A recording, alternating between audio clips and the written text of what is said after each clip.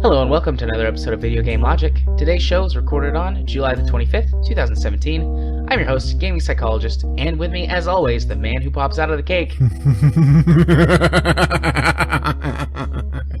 Caffeine rage. On today's show, we will of course be discussing the games that we've played. We're going to have our monthly game club, which is Portal 1 and 2. We're going to be discussing our next game club game. We'll have our weekly community corner and our Steam weekly discovery queues. Timestamps will be in the show notes following their respective topics. Hello, Rach. Hello. So, a little bit of context. When I typed in the date for today, I realized, oh yeah, it's my mom's birthday today. So, you're the man popping out of my mom's birthday cake. I guess you don't love your mother then. Also, the way I said that implies that I didn't realize it was my mom's birthday. I already called her and wished her a happy birthday today. But, I saw the date and it, hit me again, oh yeah, today was mom's birthday. So I immediately changed track on what I was going to say and made you birthday cake man. Your poor, poor mother. Yeah, I'm going to have to agree with you on that one this time. I met a nice lady today, though, who I think would like being my mom's friend because she plays World of Warcraft. She brought her son in for therapy, and he's not my client, but for some reason she just decided to start talking to me while I was doing something in the office. And I don't know how, but we got onto video games, and she's like, yeah, I play World of Warcraft. And I was like, so does my mom. Yeah, then you get them together and you find out she's Alliance while your mom's Horde, and they start fighting. It would have to be the other way around. My mom's Alliance. She doesn't like Horde because, quote, they're ugly. End quote. Well, that's not untrue. No, it's not untrue. But if you're not going to play... Well, I don't know. Everybody's entitled to their own reasons. That's probably not the worst reason I can think of for not playing the Horde. I've played both, but I tend to go Alliance just because all my friends played Alliance, so... Well, on the server I played on, it was 70 or 80% Alliance. I mean, you go to Thunder Bluff and, there's no one there. Yeah. Hell, Ogre was essentially deserted. Whenever one of the big world events where you had to run through the enemy towns, it was a breeze on my server because, there was no one there. Granted, they do have that weird server collection thing now that may not be the case anymore, but It was... Well, also, whenever I would do that, I had the Orb of Illusion. So I was this little blood elf on this giant Kodo riding through Ogre for the summer event. Nice. Fit right in. Yeah. Well, I was a Draenei shaman, so I had to have the massive mounts. Otherwise, I'd just looked ridiculous. Not to say I didn't enjoy riding around on my Mechanistrider. But, it looked like I would have to have a second one and just strap them on like skates. That would be pretty badass, actually, if that was a mount. I want that. Two Mechanistriders. And for those who don't know, a Mechanistrider is the gnome cultural mount. It's this robotic ostrich. Yeah. Blizzard employees, because I know you're absolutely listening to this small video game podcast, make that happen. Please. Yeah, and just to give you an idea also, my shaman was about the size of the Mechanistrider. Nice. Yeah, my usual ground mount was the motorcycle. Yeah, I was because boring. that's getting in touch with nature. I was the power boring. of the elements. I always stuck to horses. I don't know why. Horses and griffins; those were my two favorites. Mine was the thing is, I also collected mounts, and I always called the Argent Dawn pet, which it sounds really wrong. The boy pet. Boy, that sounds even worse. I called him my stable slave. There you go. Wink. Because, someone had to clean up after the menagerie of various creatures. Oh, yeah, but I had not the first tier raid, but the second tier raid, raid proto Drake that I used. Pretty much exclusively. I mean, granted, I did like my Nether Drakes as well, but yeah, something that was actually making my character look decent, because it was very hard for this massive blue space goat to actually look good on a mount, because most of them were not designed for that big a race. Only thing about the same size was the Taurans on the Horde side. Yeah. But we are way off topic, so maybe we should just move right along. I mean, we were talking about games, but sure, we can go talk about the games that we played this week. On the bright side, at least our opening sort of banter was game-centric. Well, if you want, we could always get political. Let's save that for later. Another day. Yeah, we'll save that for post-show while we render and get stuff ready for you to do your magical editing. I'm just saying there, and I was like, well, that looks good. Yeah, where I run off to bed because I have to get up. I'm about to have to start getting up earlier on Wednesdays, because that's what the only time that I can get supervision without having to pay for it is on Wednesday mornings at 8 a.m., which means that I have to leave the house an extra 30 minutes early. So I'll be getting up at like 6 in the morning or 6:30. It's terrible.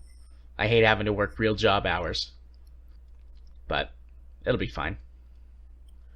By the way, in case anyone is wondering, supervision, you have to have so many supervised hours before you can be fully licensed. Currently, I practice under a temporary license, which grants me all the rights and privileges of someone who's fully licensed, except I have to be supervised. So, I got a babysitter.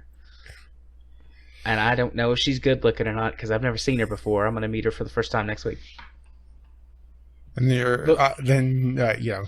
she invites her boyfriend over while she's babysitting you and making out on the couch. And then she gets fired like the rest of your colleagues. God, yes. There's another person who got fired this week. I didn't know about this. I was making a joke. No, we're up to 7 people fired now. Yeah, I was joking about you just sitting there by yourself, sitting on your couch, alone. It's like, so how does this make me feel? I had a meeting with one of my supervisors today, or one of my bosses. We genuinely joke and call him work mom and work dad, because one of my bosses is the administrative side, and the other one is the clinical side, and they fight like a married couple. But anyways, I was with work mom and this the morning. sex makes it all worthwhile. Yeah, it does. Wink. But I was with work mom this morning, and we were talking about stuff. She's like, "Look, I just want you to know that I think you're doing good work here, and I really appreciate you, and you're not worried. You're not in danger of getting fired." And I was like, I appreciate your compliment and your support, but I'm not worried about being fired. I said, unless I did something illegal, honestly, right now, you couldn't fire me if you wanted to, because you need me. And she said, yes, we do. Yes, we do. And she said, that's why we're giving you this. And because they're giving me even more stuff now, because I'm doing technically the work of 4 people. So they're like, here, have more benefits and goodies and money. And I'm like, yes, please. Yes, please. I'll do that work for some extra stuff. Because I'll get to keep all of that stuff once more people get hired. Because they know that I'll burn out if they keep doing this to me long term. And I've told that to them multiple times. So, thankfully, I've got good bosses. So I'm not worried about... Yes, your colleagues that kind of stink. My colleagues suck, but my bosses are great. That's not true. The people that work in the office here in town are all really great. There's only been one person that got fired from our office.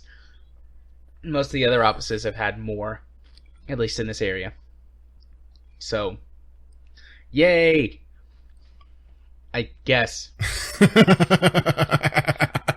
Anyways, we got so close to talking about games. Yeah, close.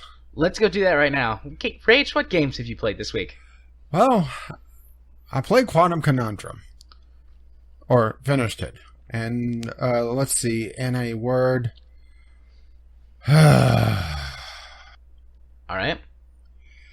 For those who don't know, this game. It's was developed by Airtight Games with the now defunct game dev. But one of the minds behind it was Kim Swift, who just happens to be one of the designers behind the first half of our game club this week. And this is just a happy coincidence that, this kind of lined up. So, it's just a happy little accident. We just have to get the afro out and start painting trees, I guess. Happy little accidents, yeah. Well, if I didn't know that the same designer was behind these two games, I would have called you a fucking liar. Well, for one, Quantum Conundrum, for those who don't know, it's essentially a first-person puzzle platformer that really wants to be Portal, but just misses on just about everything. It has the same basic formula. You're stuck in a series of rooms. I mean, in this case, it's a mad scientist manor instead of, a test facility. But, same basic premise with a disembodied voice that's kind of funny. In this case, it's John Delancey, who you may know as Q, who I also start just calling Uncle Q because, it's Uncle Quadrangle, if I recall correctly. Uncle Q. Yeah. And it felt like they missed on the mark so many times. There's just so many. Well, my main problem is the genre. It is a first-person puzzle platformer, and first-person platforming in general is a very, very, very dicey thing to begin with. Add on to it the puzzle element in this game, where you have, for example, and you'll love this, flying couches. Doing therapy in style. Oh, trust me, I was about to need therapy after some of this, because, damn.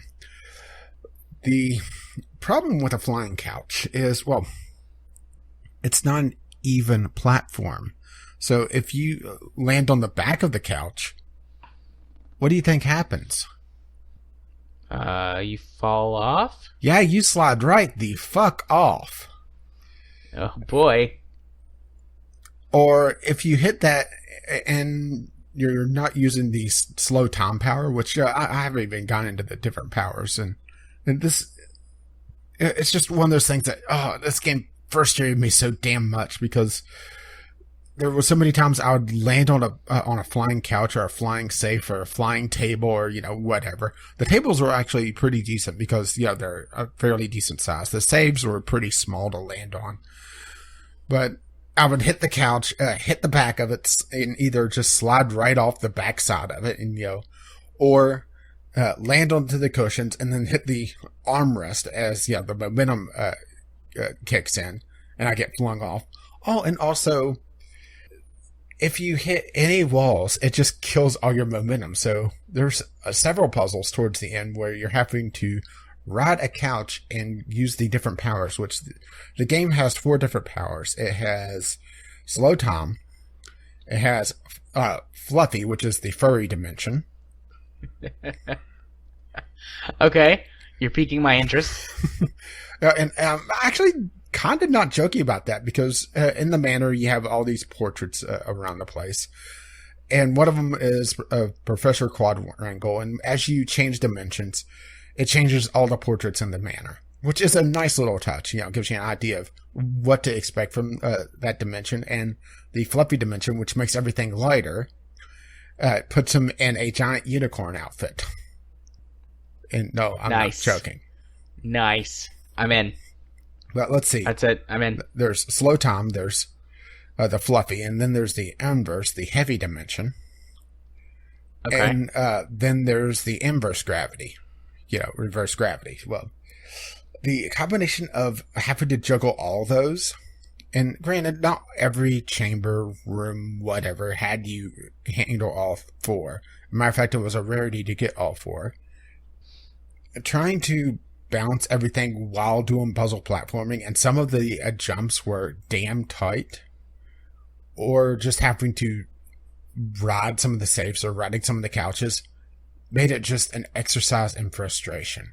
On top of that, having it where the physics didn't feel quite as exact as they should be.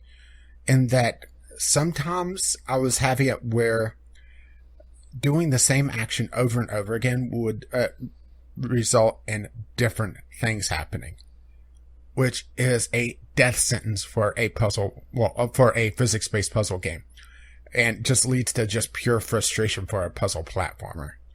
At one point, I was summoning this same safe over and over again and watching it do different flips as it spawned and ending up in different spots in this little area that you had to maneuver it out of.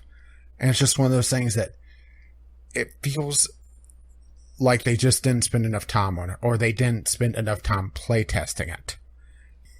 Yeah, if you can't trust the physics and what things are going to do in a puzzle game, you might as well not even bother. Yeah. Because in order for those games to work, you either have to have rules that work and everyone trusts, or have agreed up front that things are going to be a little weird in this game. And even then, the rules still have to make sense. Like, there has to be an acceptable deviation. It can't just be whatever because it's messed up or something like that. Yeah, and I was going to this expecting to be more Portal-like, where I was going to use the physics to solve puzzles instead of doing a lot of platforming. And that's what really got me about this game, was just the pure amount of platforming. Especially since we played both Portal and Portal 2 for a game club this week. Yeah. Just seeing the contrast between how the two games are handled. This is roaching on Game Club content, so I won't talk too much about it just yet, but a lot of Portal's platforming sections are almost on rails, where if you hit a certain amount of momentum for a jump, you'll make the jump no matter what, because of how Portal works. But speaking of momentum, yeah, here really comes our weekly train segment. Choo choo, motherfucker. Yeah, and the problem is that it's always different. Let me just barrel on into this section of the podcast. You love the train, don't you? I do always enjoy the train. I heard it just faintly, and I went, ooh, here comes the train. Yeah, that's the problem, is that if I'm talking, I can't hear the faint train whistle. Yeah. But speaking of breaking momentum, right. Where was I? I was. You said that they were kind of on rails, and if you get enough momentum, basically you're gonna make it.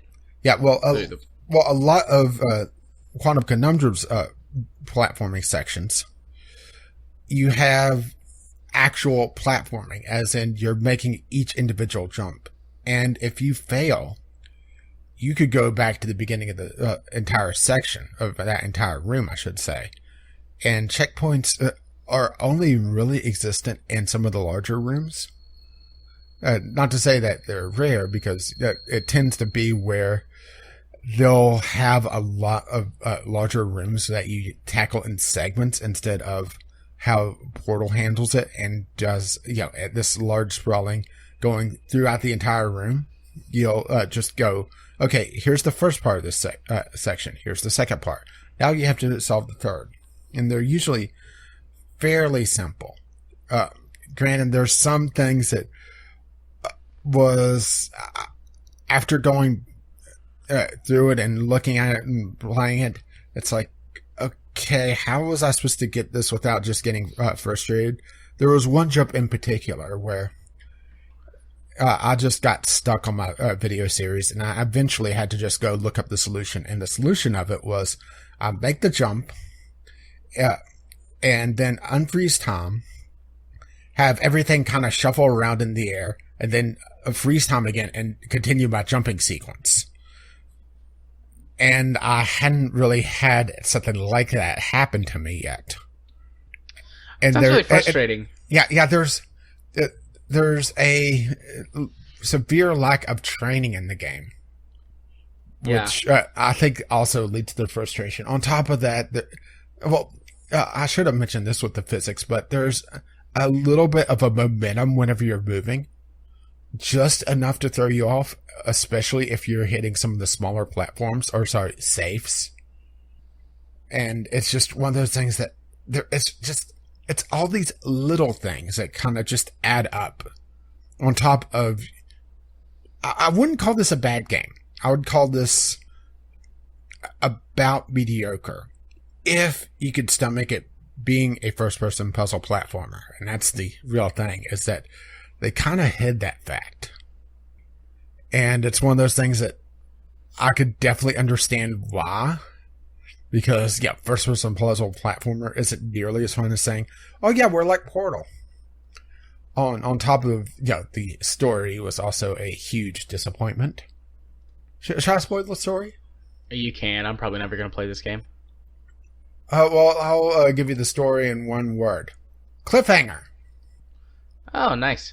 Yeah, and since the studio is defunct, you are not going to see Quantum Conundrum 2, or most likely. I mean, there's always the possibility, but odds are very slim. And because there's a cliffhanger, it feels exceptionally pointless. But on top of that, it's one of those things that, okay, I did the entire game and you gave me that as an ending? Really? Essentially, I'll go ahead and spoil it. I don't... it will maybe save some people some grief. I don't know. Okay, so you get to the end of the three wings of the house to power on the generators, and then a fourth wing opens up. Fine. Whatever. And the entire house starts shaking.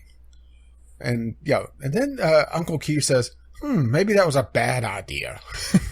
No shit.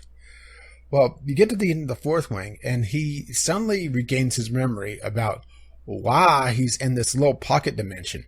It was an escape pod, and him turning on all the generators and doing his experiment caused a bad thing to happen. They never actually explained why, I don't think. And you essentially trade places with him, and you end up in the escape pod dimension, and he ends up in the ruins of the house now. And I guess the hook for Quantum Conundrum 2 was going to be you would play Uncle Q and trying to save your nephew. Yeah, that's not going to happen now. That's not... Yeah, that's not a good ending, is it? A good ending. It's not a good cliffhanger. That's not a good regular ending. All right.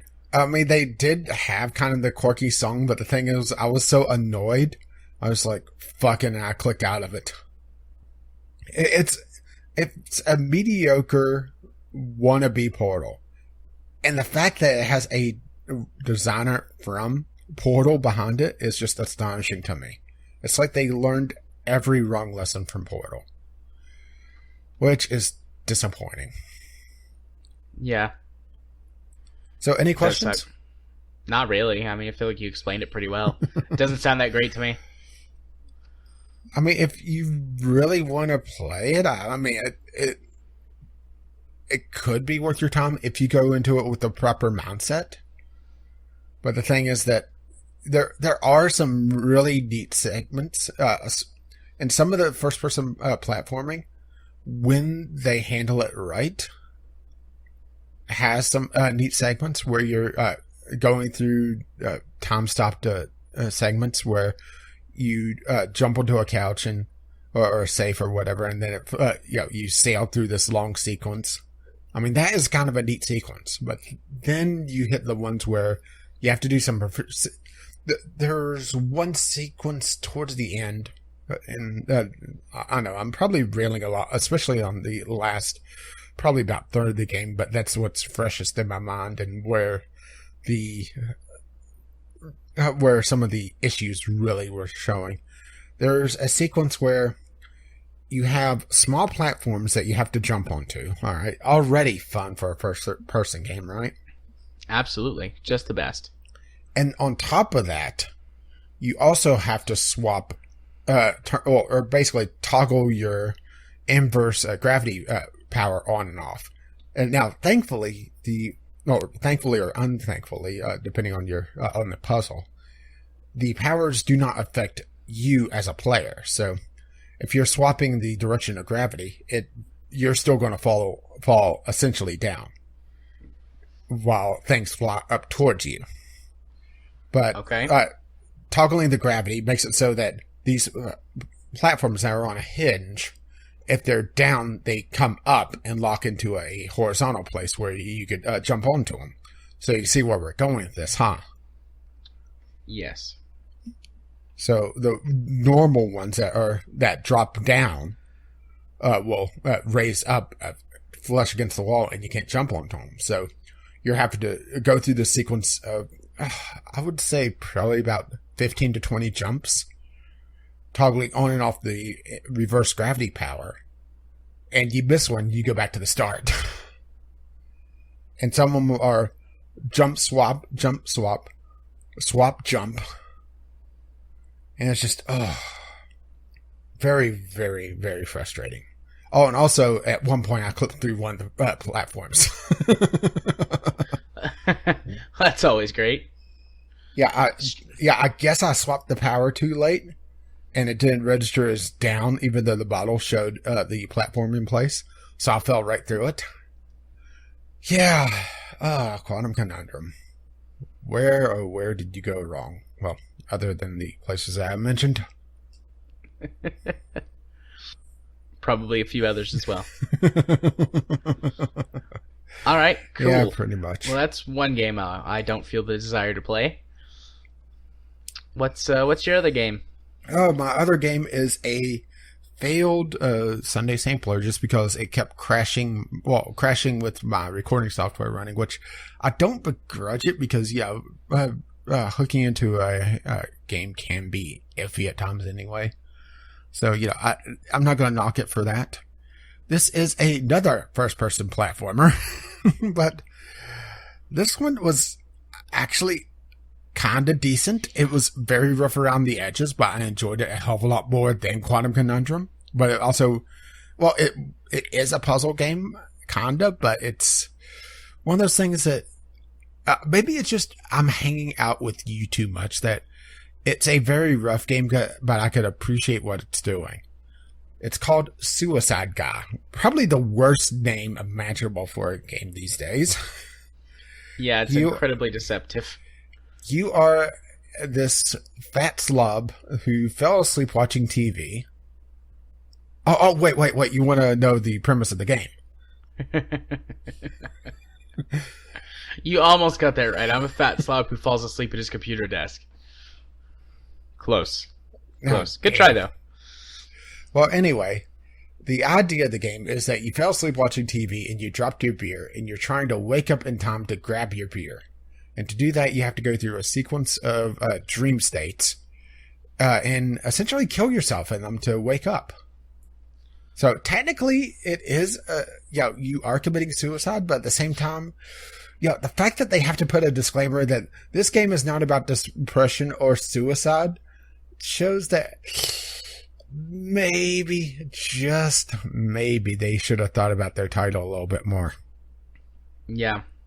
I mean, it is a pretty good title in terms of wow, that grabs your attention. And it creates a very strong expectation. But not for this game. And really, Suicide Title, probably not a title you should use. Or Suicide Guy, probably not a title you should use. Period, really. But it is pretty catchy. Yeah, true. Okay, so this is probably about a 3 to 4 hour game, somewhere around in there. And yes, it is very, very, very rough. To the point where some of it almost feels early access-ish. And the different levels are based around different ideas or different themes. Like there's one that is definitely not Mario. No siree. Because these question mark blocks have an exclamation point on them as well. But then there's other ones that are, you have a level where you wake up in a lighthouse with a copy of Moby Dick and you have to annoy a whale to attack the lighthouse. Okay. So it's not quite video game related, but it still has that idea. And the reason why I say that some of the levels feel very rough, particularly ones that have large set pieces in them, like the Moby Dick level, is that some of the things that you would expect to be animated aren't. Like, let's say, for instance, the whale. It is not animated at all. It's like it's a bath toy being moved around. But at the same time, it's one of those things that it's a very, very rough game, but you have to look at it and think, okay, am I supposed to, is this missing an animation that, they just didn't have the money and time to do? Or is this an artistic thing? And that's one of those things that I'm not sure which it is. Or, maybe they just, have the whale doing these strange movements while staying pretty much perfectly still. It does move its mouth, of course. As just a rule of funny, It looks funny, just diving down and swimming sideways. Right. I see. So that reminds me of Stanley Parable. I've seen something that looks like Portal. Yeah, there's a Portal level. There's it's not a Stanley Parable level, but there's an Office level, of course. There's the Mario level. There's the first level. You're on a train. Yay, trains! Choo choo, motherfucker! But all the levels are very diverse, and I didn't really notice anything reused. So maybe it's just assets from a Unity store or something, which is not a sin of itself. And the fact that all the parts, mesh together, it's definitely not a sin then. I didn't notice anything particularly out of place outside of, just, the whale isn't moving quite right. Or there's a Jurassic Park level, and the dinosaur just kind of stands there and does a single auto animation that, barely moves. But at the same time, maybe that's the entire point, Yeah. But here's the thing that, made this a lot less frustrating for me than Quantum Conundrum. This guy has upper body strength. If you miss a jump, he can actually pull himself up onto a ledge. Yeah, I see that in the video. Yeah, that's a very minor thing that, is pretty much bog standard now for most platformers. But you don't see it a lot in first-person platformers. And it makes such a huge gameplay difference. And the fact that he actually has legs as well. I mean, you can look down and look at your gut. Yes. That is absolutely what I want to see. Because that would make me feel just like I was doing it for real. Look down and see my gut. No, it gets better. Okay. 2 words. Jiggle physics. Please tell me they're for your man boobs. No, just the gut. Oh, sad day, but okay. Yeah, sorry. I guess I've taken this off your wish list now. Nah, it's still there. But yeah, it's one of those games that I didn't think it was that bad. Which, for me, is high praise, isn't it? It is. Usually this is my sort of territory where I'd be like, yeah, it's a little bit rough, it's got some issues, but, golly gee, they tried something neat, and maybe it's just fun. Maybe it's just the fact that this guy has upper body strength, and they did interesting things with the levels, where the portal level is pretty simple to figure out. I mean, you could probably figure it out, just me saying, okay, you have to kill yourself in portal as a regular guy. Yeah. But then the tower level, where you have this long tower that you have to climb, and it has, I want to say, 4 or 5 different puzzles in it to defeat. It was really well put together. And it's just, yes, it is rough, but I enjoyed it. And I don't think it really would outstay its welcome. Granted, I was starting to hit the point where I was running into vehicle sections, which could be, a game changer. Okay. And I didn't really spend enough time to figure out. I got to level 13 out of 25. Well, about the halfway point. And that's the first time that I hit a vehicle. And it was a very, very rough vehicle section. But, well, technically I already had a vehicle section with the spaceship. Definitely not the Enterprise. Yep, definitely not. You can tell in the video that it's definitely not the Enterprise. In the trailer, I should say. You can tell, definitely not. But yeah, if you want to play something cheap that throws a lot of different themed levels at you, it's not a terrible way to spend $5. Nice. I might spend $5. Or just wait for it to go on sale and spend 3 or 2 or maybe even 1. Could do that too. Okie dokie. Well, does that mean it's my turn? I think so. Sweet. So, pretty much not the only, but the game I played the most this week was Mass Effect Andromeda. So, I bought it on PC, and boy, oh boy, howdy, is that much better than playing on console. Everything that I said about the Xbox One version still stands true. Like, I'm really proud of seeing a console game that gives you some graphical options, and it still played well and things like that. But man, playing games at 60 FPS is so great. You should give it a try. And also the game obviously looks way better because I've got powerful hardware behind it. So I can run it at 1080, 60 with everything set to ultra maximum. And yeah, but do you have the highest quality pixels? You know what? I don't have the highest quality pixels, but I'm okay with that because I have real graphical options and hardware. But not the highest quality pixels, so it doesn't count. Fuck them. But yeah, I've got it running 1080p, 60, everything on ultra. I mean, it doesn't skip a beat. There actually have been a couple of times where the frame rate dips into like the mid 50s. Whenever you get into some actual conversations with people, I'm assuming it's still being rendered, like everything's being rendered in real time, but the camera punches in on the people talking, and so you get a lot more details on faces and things.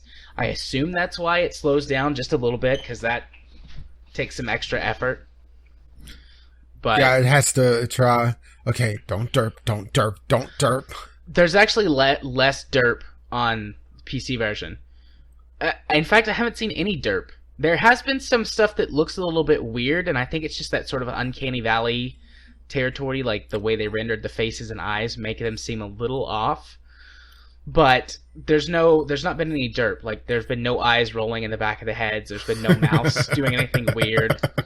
I assume that just comes down to the fact that any issues that could be happening on consoles don't happen on PCs, maybe because of more powerful hardware.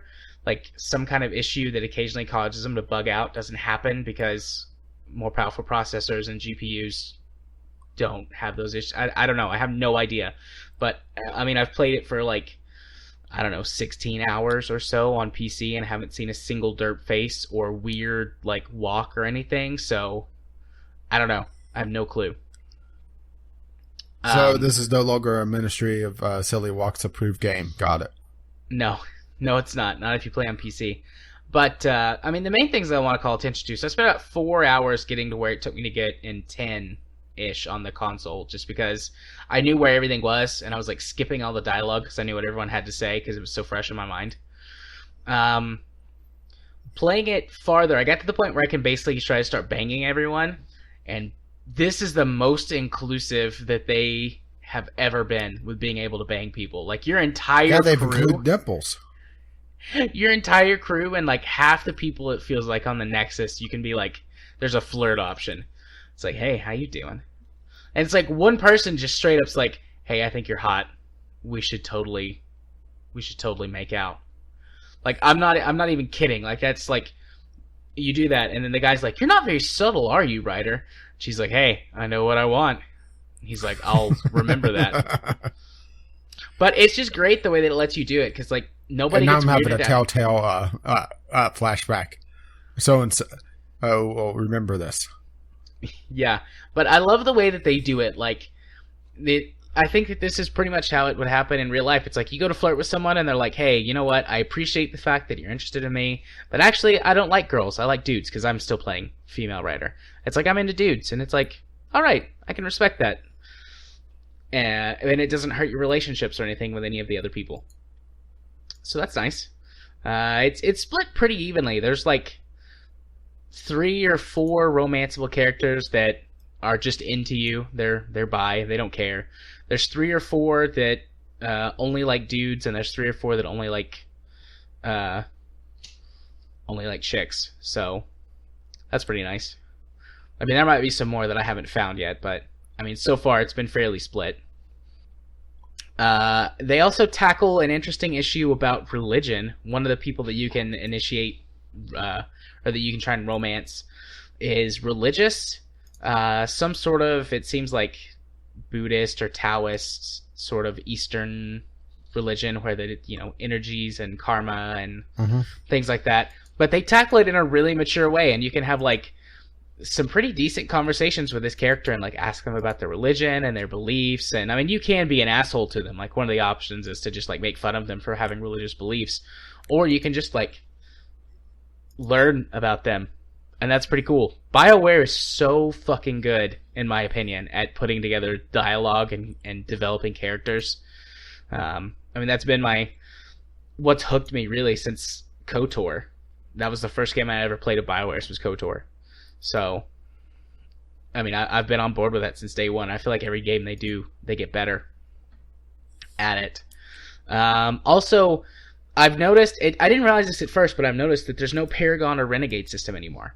Like, you make choices, and those choices have consequences, but no one ever says, like, that was a good choice, or that was a bad choice. Just like, well, that's the choice you made. Like, for example, the first colony that you place, you get to choose whether it's a science or like a research colony or a military colony, which is basically like the science colony is more focused on civilian stuff, and the military colony is more focused on defense and creating militia and things like that. And I chose the science colony because I'm like, hey, we're not here to wage war. We're here to build new civilizations. But everyone was like, hey, that was a really tough choice. I'm not sure if I would have made the same choice, but you're the boss and we're going to support you. And there were some story consequences a little bit later. There were some people who were upset because their families weren't going to get to come out of cryosleep sooner because you chose the science guys over the military guys. And I assume the same thing would have happened in reverse, but at no point does anyone go like, no, you got some bad points for that, or oh, you got some good points for that. It just opened up some different story options, and I've noticed that happening a lot more often the farther I get in. Some of it's small-scale stuff, some of it's large-scale stuff. So you're saying that there's no reporters to punch? No, there's still people to punch. You just don't get renegade points for punching them. But that made me feel so much better to get the renegade points for punching that ass. Oh, yeah. I decked the reporter immediately. I hated that reporter. Dumb bitch.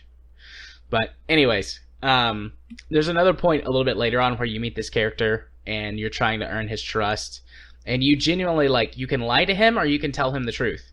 And I mean, I told him the truth, but when he found out I told him the truth, he's like, wow, I really appreciate you telling me the truth. That means I trust you a little bit more now. And then it opens up some additional dialogue options with him, and I think it's fast-tracked one of the quests that I was trying to do for him. And it's just, I like that much better. It feels much more dynamic as opposed to, oh, you told me the truth, here, have some light side points. I mean, that system only really makes sense in the Star Wars games, and even then it's feels kind of like a stretch, but so that's nice. I really like that aspect about it. And really, that's all I wanted to say.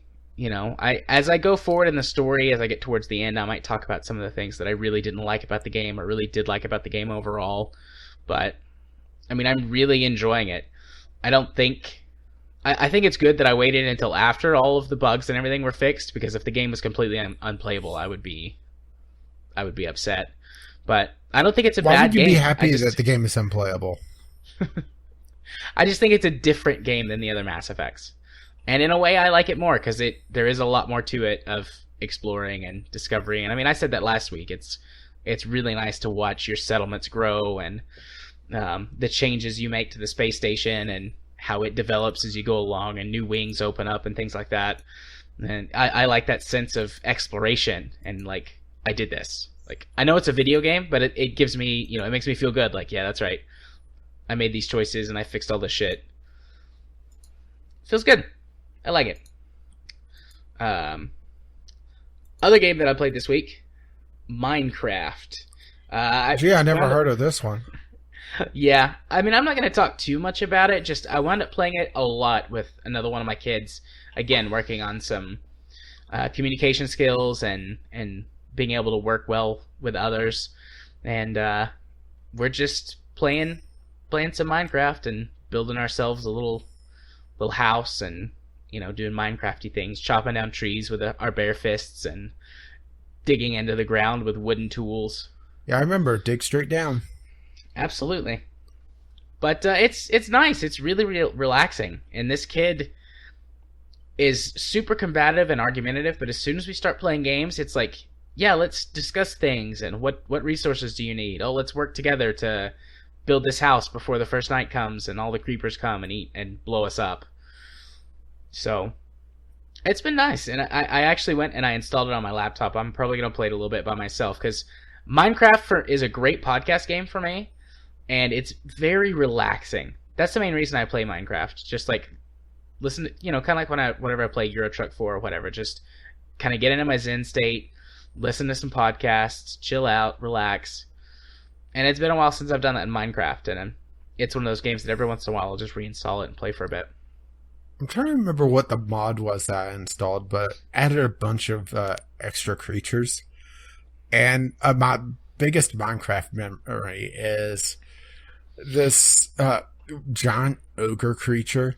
I just started this world. It was the first night. And I found this kind of just partial room behind a waterfall. So I sealed it up to wait out the night. And then I hear something getting closer and closer and closer. And then suddenly the wall gets bashed in and he comes through like the fucking Kool-Aid man. And kills me. Nice. And this thing was 3 blocks tall. I mean, and 2 wide. I mean, it was just this massive ogre. And it just, went right through the wall. I assumed that it was a rare creature that I ran into. At least I hope, if it was that, because if it was a common thing in that mod, that would just, kill it. Because, just dying over and over again against a creature that you had no chance to defeat on the first night is just, not fun. Yeah. Yeah, that would. But it's just one of those. There's something's coming closer. What the hell is that? I've never heard that. Oh yeah. Oh. But yeah, I mean, I might have some Minecraft stories in the coming weeks if I get back into it again. I'm definitely gonna play it a little bit, but we'll see. And then the other game I played this week was Grand Theft Auto 5. Once again, another client. This kid is way too young to be playing Grand Theft Auto, but joining with a client usually outweighs usually outweighs like the negatives of doing something that might not be best for them. I mean, unless you're like doing drugs with your clients, but that's a whole nother thing. So where's the line on fucking them? That you should never cross that line. But anyways, he and I played for probably 2 hours total this week, since last week. And some of the things that I'm not sure if some of the problems are the fact that it's on console, because he's got a PS4, so we've played it on PS4. But there are a lot of game design issues in GTA that I do not like. Oh, don't worry, Shark Cards fixes it. I don't like the movement system is terrible. You're gonna have to explain that one a little bit more, because I haven't played GTA 5 yet. Everything has got a little bit of not lag. Everything just feels really slow and floaty and lazy. Is it sort of like how GTA 4 had some momentum and inertia in their movement system with the Euphoria procedural animations? Yes, actually, that's probably what it is. But I don't like it. It makes everything feel like it's like it's underwater. So just in my opinion, just like generally walking around and doing anything is way too imprecise and complicated. Again, that could be the issue that, I'm using a controller instead of a mouse, keyboard and mouse, but I don't like it. The driving's fine. Driving is way better than Grand Theft Auto 4, so that's... Well, GTA 4 was more realistic, where cars had weight to them, and I actually really like GTA 4's driving once I got used to it, but that's the thing, is that there's that initial hump to get over. And the same with the procedural, the Euphoria animations, where it was hilarious, getting drunk and watching a character flail around. But for some things, it definitely I would have preferred just canned animations. Yeah. Also, there was there was one mission where you shot guys off a roof, and you're watching them tumble as a proper ragdoll was nice. I also, my biggest problem is I hate having to tap a button to sprint. Yeah, but that's pretty much how it is in the GTA series. I was getting so frustrated. This kid was like, "Why don't you just sprint?" I was like, "No, I refuse to tap that button. You're just gonna have to wait on me or go without me." He was like, "Okay, I'll wait for you." I mean, it's like this 11-year-old kid, and I'm like complaining about game design stuff with him right there, and he's like, "But I really like it," and I was like, "Well, yeah, but you're 11. You don't know any better. I do."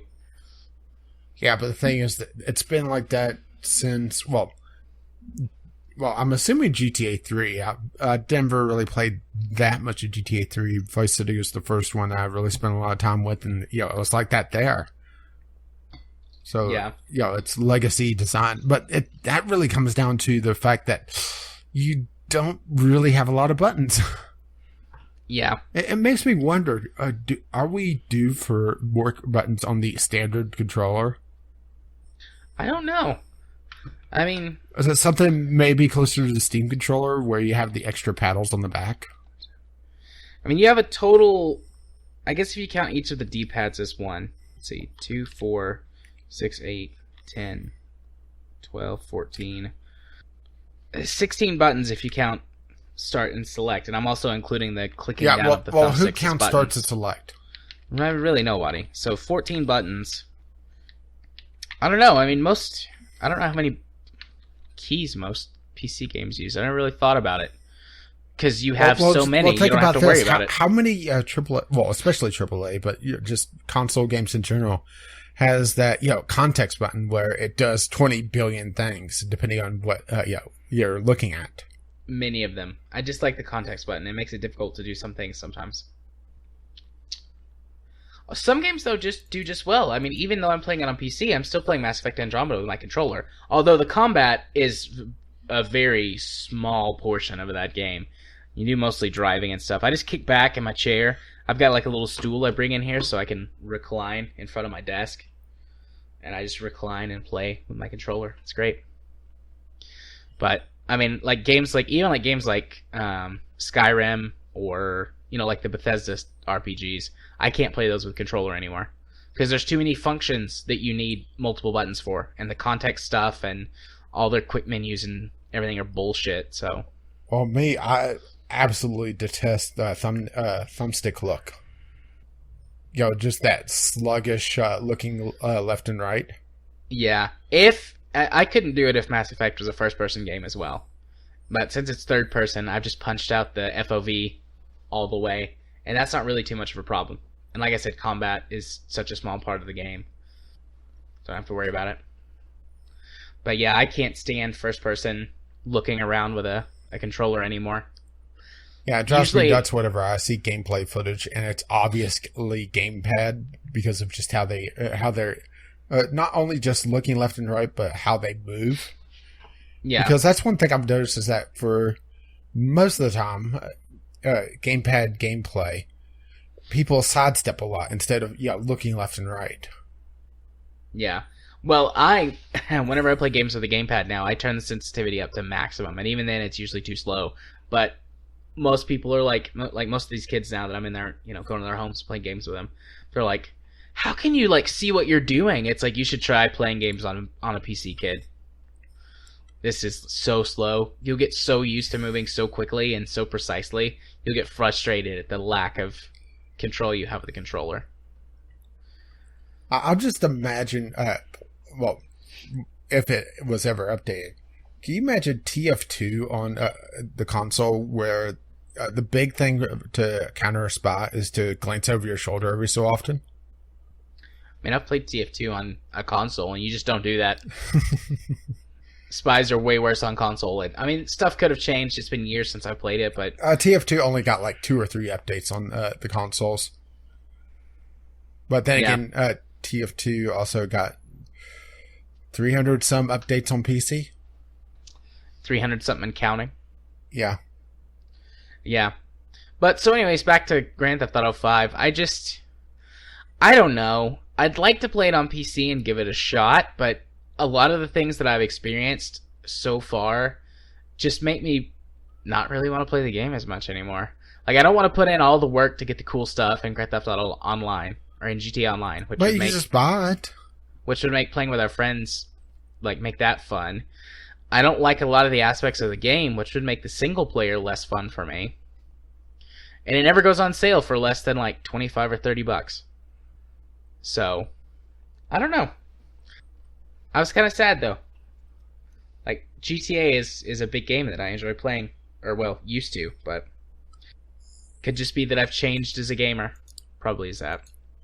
Or my expectations are... I think it may be a little bit of you changed as a gamer, but also GTA has changed. Yeah.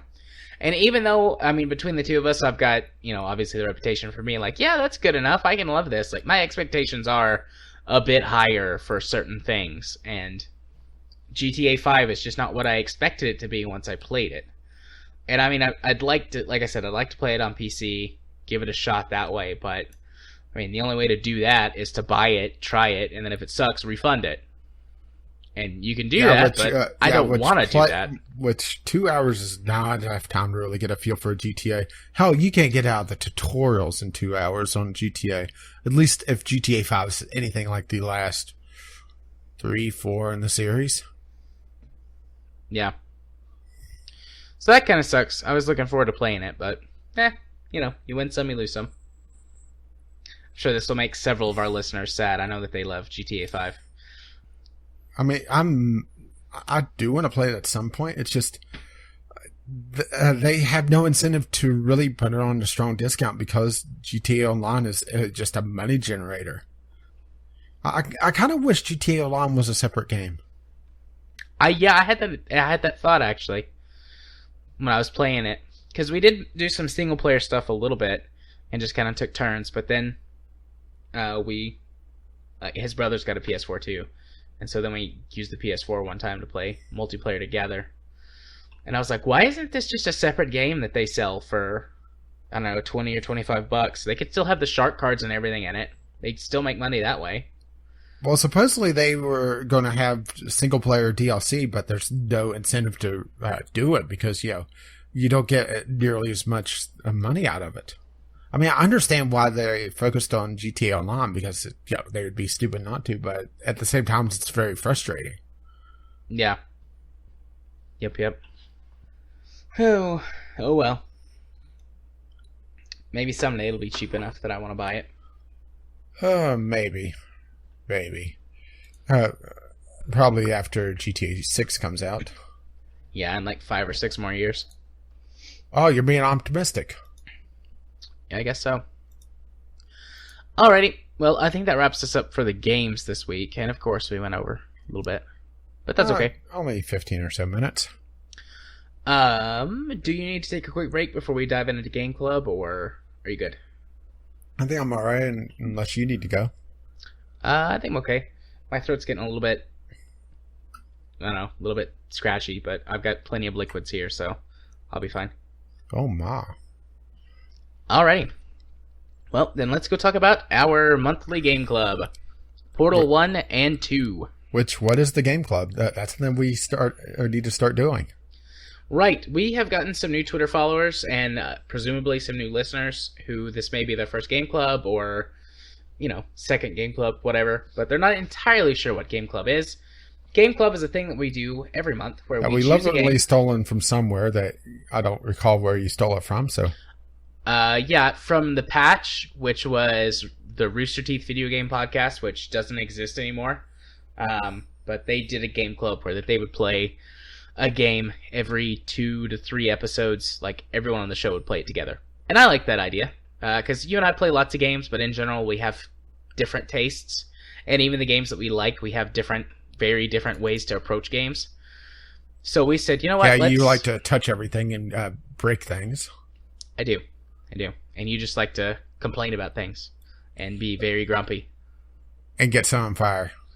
Yeah, and get set on fire. But so anyway, so for Game Club, we said, you know what? We'll do that. Once a month, we'll each play a game, and then we'll talk about it.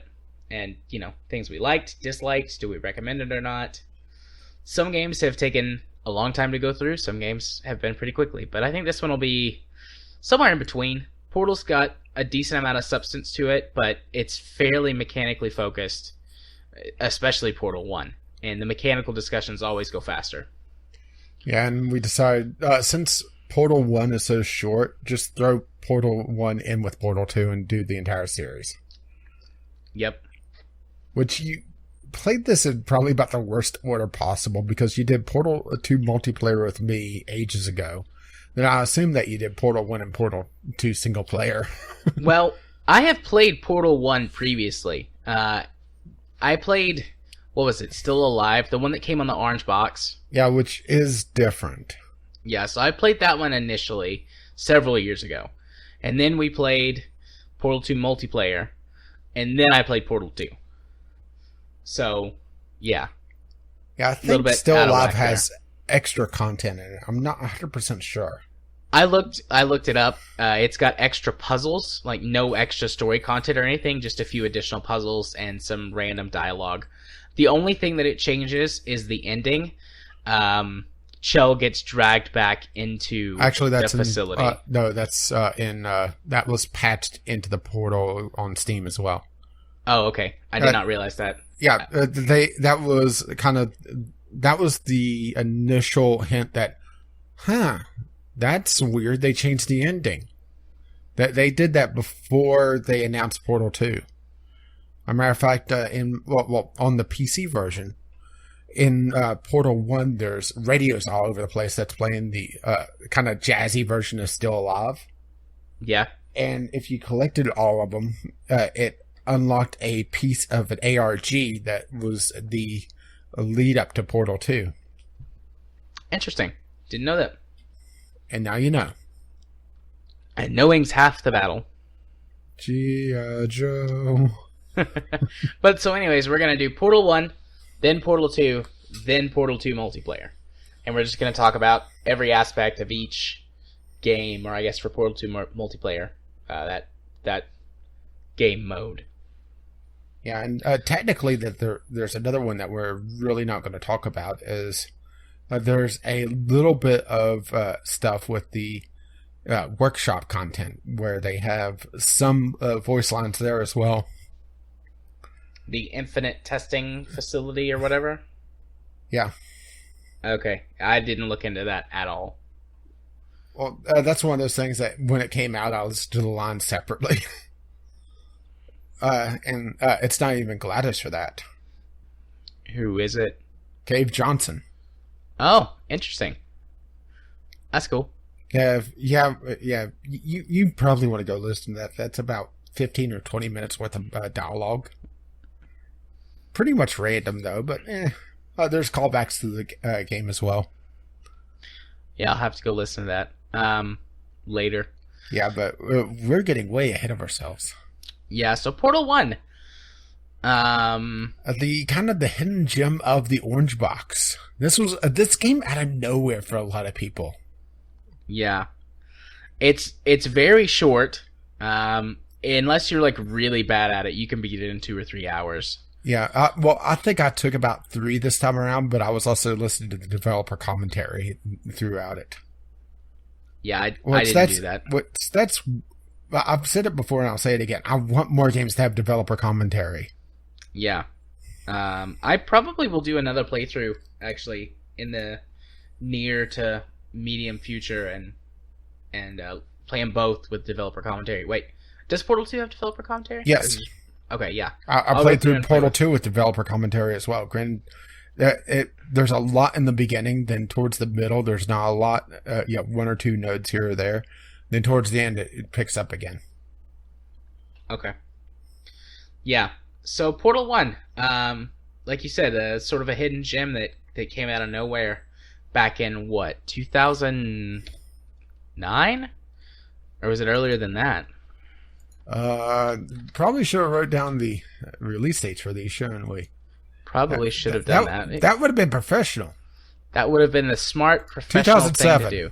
2007. Okay, so it's even older than I thought. Yeah, it's nearly 10 years old. And at the time, it had a lot of groundbreaking stuff in it. I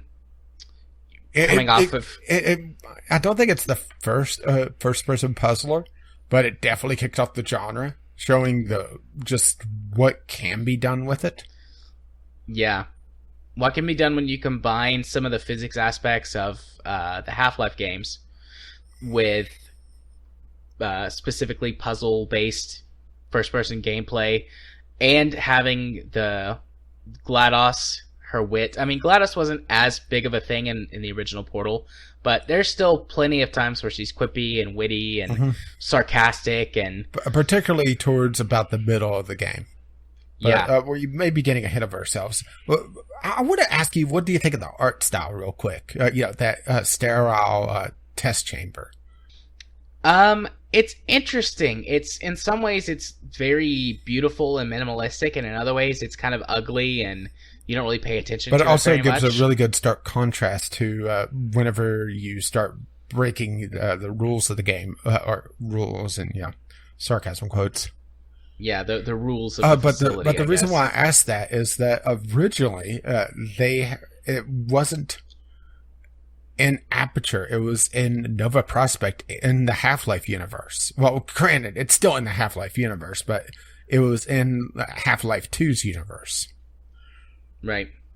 And it was a lot busier. And that's something that they talked about quite a bit in the developer commentary. And something that, if it was looked more like just a mod for Half-Life 2, I think they would have lost a lot in this game. I agree. Even though it's in some ways, sometimes it's like brilliant, and in other ways, like I said, it looks kind of dirty and you don't notice it. That art style is what makes Portal a lot of what the game it is. Like, I mean, it makes perfect sense. Like, you're at a test chamber, you're doing these weird tests for this sadistic computer, and everything is sterile and fairly nondescript. But if it was anywhere else, I don't think it would have worked as well. Yeah, there's some footage of when it was essentially a mod for Half-Life 2, and it just looks like such a different game. It's one of those things that you look at it and think how sterile and boring it looks, but then you realize just how much that makes a game. Well, also, if it's busier, it makes the puzzling aspect more difficult. Yeah, and that's probably part of the reason why I was having trouble with Quantum Conundrum and I didn't like it, is that it is a very busy environment. Yeah. Because basically, you look at it and you're like, okay, this type of surface, this color, I can put portals on. This one I can't. I know that for a fact. That never changes from room to room, test to test. But if you were in, the wilderness or something, they would either have to make them very obvious and sort of immersion breaking, or you would always be like, I wonder if I can use this or that to do a portal or to solve a puzzle. So I think it's positives far outweigh its negatives as a artistic design choice.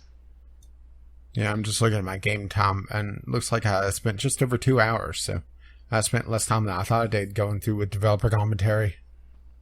Yeah. So the portal aspect of the game. Well, if you live under a rock, we should probably explain what Portal is. Yeah, just a complete exercise in futility. Yeah. So in Portal, you play a human by the name of Chell, although I don't think you ever find that out in game, do you? Not in the first one. The second one, in the tie-in comic for the second one. Which, did you ever read that? No, I'm aware of it, but I've never read it. It's just a short little thing. Maybe it's something you should look at in between in games. I don't know, but they do say her first name, but they never mention her last name. Gotcha.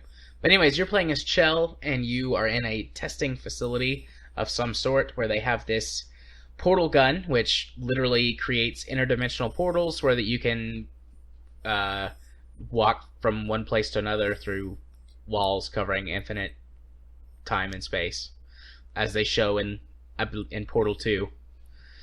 And your goal at first is to go through the testing chambers and complete the tests, and then later on you realize that the AI that's running the tests is psychotic and trying to kill you for her own amusement, and so then you try to escape and ultimately defeat her. It's pretty. Yeah, that's it. That's it right there. Yeah, there's not a lot of story in Portal, but Portal did a lot with non-vocal or non-explicit story, especially whenever you started going behind the scenes and you started seeing the Ratman dens. Just the little nest of maybe someone ahead of you in the testing, maybe someone that's running wild in the facility. And they do expand on that in the tie-in comic a little bit, and also it shows up a lot more in Portal 2. But it's just little touches like that made it where a game that your character never says a word, and everything that the one voice you hear in the game says is you're never responding to at all. Yeah. It's just such a great story that it reminds me of sort of the silent movies, where your actions and the set itself is the story. Yeah. And the only thing I can really think of that even that is a comparable thing to it is how Bethesda sets up miniature stories in like the Fallout universe, where the one that I always see floating around online is the have you ever seen the one with the motorcycle in Fallout 3? There's a random ramp and on this road in Fallout 3, and down the road there's a motorcycle on its side, and hanging from the ceiling is a skeleton. Nice. So someone either before or just after the apocalypse was trying to take some sweet ramp jumps and killed themselves.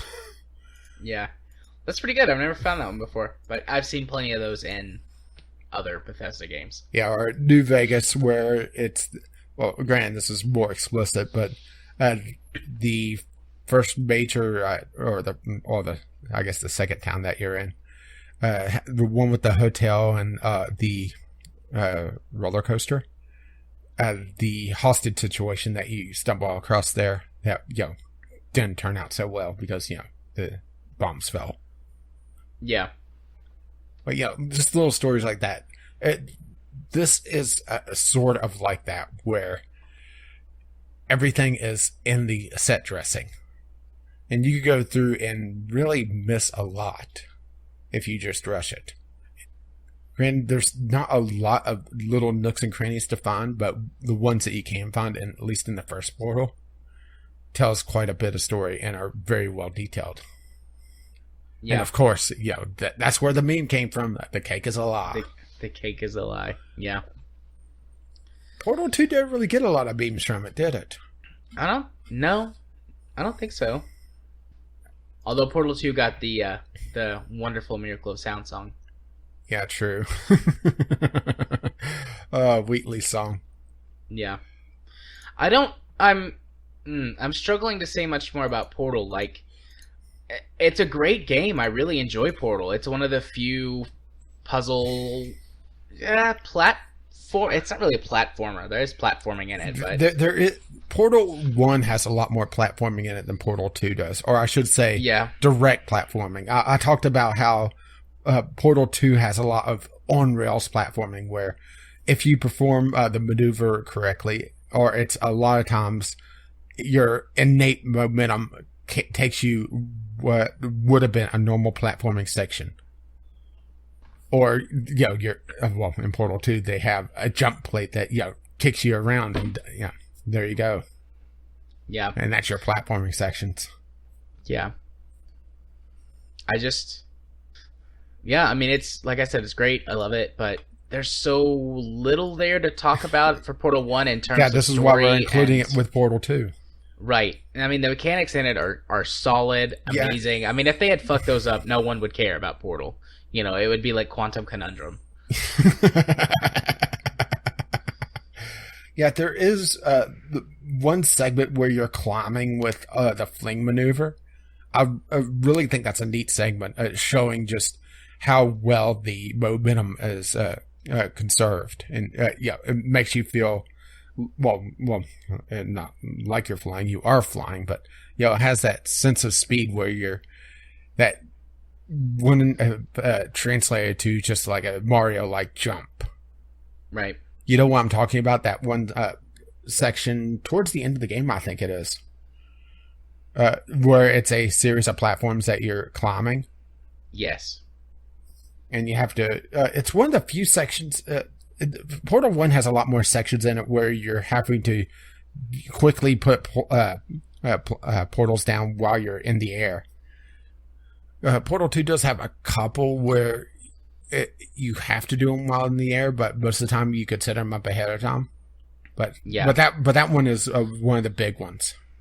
But I enjoyed it. Yeah, something that I think applies to both games and the multiplayer section of Portal 2. The puzzle design is really simple but elegant. Yeah, they talk about this in the dev commentary, the aha moment, where there's this fine balance between making a puzzle that's so tough that you feel absolutely stupid when you get the solution. Like, oh, I should have seen that earlier. And then there's the inverse of that where, you're never really challenged. And Portal hits that medium really well. There was one part that I remember having a very frustrating part, was just after the first rocket turret. I shouldn't say never. It took me a while to see the air duct because it didn't really pop out from the wall. You know what I'm talking about? Yeah. After the rocket turret, you have to go through and destroy a glass pipe, and that teaches... in Portal 2, that's a teaching moment. It doesn't really apply here. It's teaching you how to redirect the rockets from the rocket turret, so it is a teaching moment. And that's one thing that Portal 2 does it really well, is their training of the player to understand how the puzzles work. Because if you try to explain these without the gameplay, it's very, very tough to understand. Your momentum is conserved between portals. Well, what does that mean? But for a portal, you jump into a portal and you shoot out the other one, and you can see it very easily how it handles. But right after that rocket turret, there's this air duct that I just missed for, I would say probably about 5 minutes on my first playthrough, just because it didn't really pop visually while everything else did. Yeah. Well, and the way too, like you said, they teach you most, maybe all of every time there's going to be a new mechanic that you learn. As you come into the room, you get a good view of it being applied in some way the first time you have to use it. Like in Portal 1, when you see the portal gun for the first time, you walk in and it's below you and you can see it, and it's on that rotating pedestal. This is something else that they talked about in the dev commentary quite in length about just how this was for the well, they talked about it on both the first and the second Portal device, where that teaching moment of forcing the player to stop and look and having an audio cue of what exactly is happening. It's just a small thing, but it makes such a huge difference. Yeah. Yeah, they do a really good job with it. So, the puzzles feel designed really well, and you never feel, like you said, you don't feel stupid. Unless I'm missing that air duct. Yeah. I mean, nothing's perfect. Occasionally, you might have a little mishap, but in general, you don't feel stupid. I always feel like, or felt like, I'm just not quite seeing it in the right way. Not that this puzzle is too difficult, or not that I, don't have the skills to solve it. I just need to stop and take a minute and see if I'm missing something. And usually doing that, you can go, oh, I missed this thing over here. I actually need to time this jump better, or I missed that box that I need to drop down, or whatever. So, I never felt like I couldn't complete any puzzle. Just occasionally I would have to stop and take a moment and really take in everything and make sure I wasn't missing anything. And, well, one last thing that we should probably talk about is the humor. Yeah, I love Portal's humor.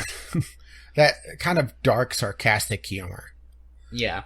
And just little things that, if you're not really paying attention, it's like, wait, what did she just say? That whole, bring your daughter to work day is the perfect time to have her tested. Wait, what? Yeah. And it's very, I can't really call it subtle, because it's one of those things that, yes, it's very obvious, but it doesn't bash you over the head of, laugh now, laugh now. And maybe that's what I miss on a lot of funny and sarcasm quotes games these days, is that they try too hard. Yeah, I don't feel like Portal's trying.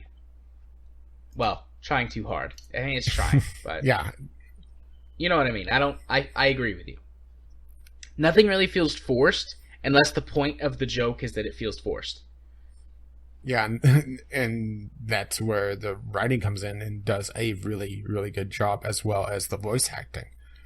Which, some people may be surprised that, yes, Glass is voice acted. Yeah. And actually, that is the announcer in Team Fortress 2. Didn't know that. Also, GLaDOS does the voice of the computer in, they use the GLaDOS voice in Pacific Rim, the movie. Or I guess the movies, they're making a sequel now. And they use the GLaDOS voice for the computers inside the Jaegers. Please tell me she's sarcastic. I don't think so. It's been a while since I've seen Pacific Rim, so she might do, but I don't think so. That's disappointing. She's just not snarking the entire time. Yeah, she does the entire voiceover for the Pacific Rim 2 trailer that came out at Comic-Con. She's not really, that voice isn't really snarky there either. Oh, well. It's a little bit more playful. It starts out really serious and then it gets a little bit playful, but it's not snarky. Anyways, anything else we should really talk about? Maybe the boss fight. There's not a lot there, but it's one of those that it uses what it taught you very well. Yeah, it felt weirdly out of place the first time I did it.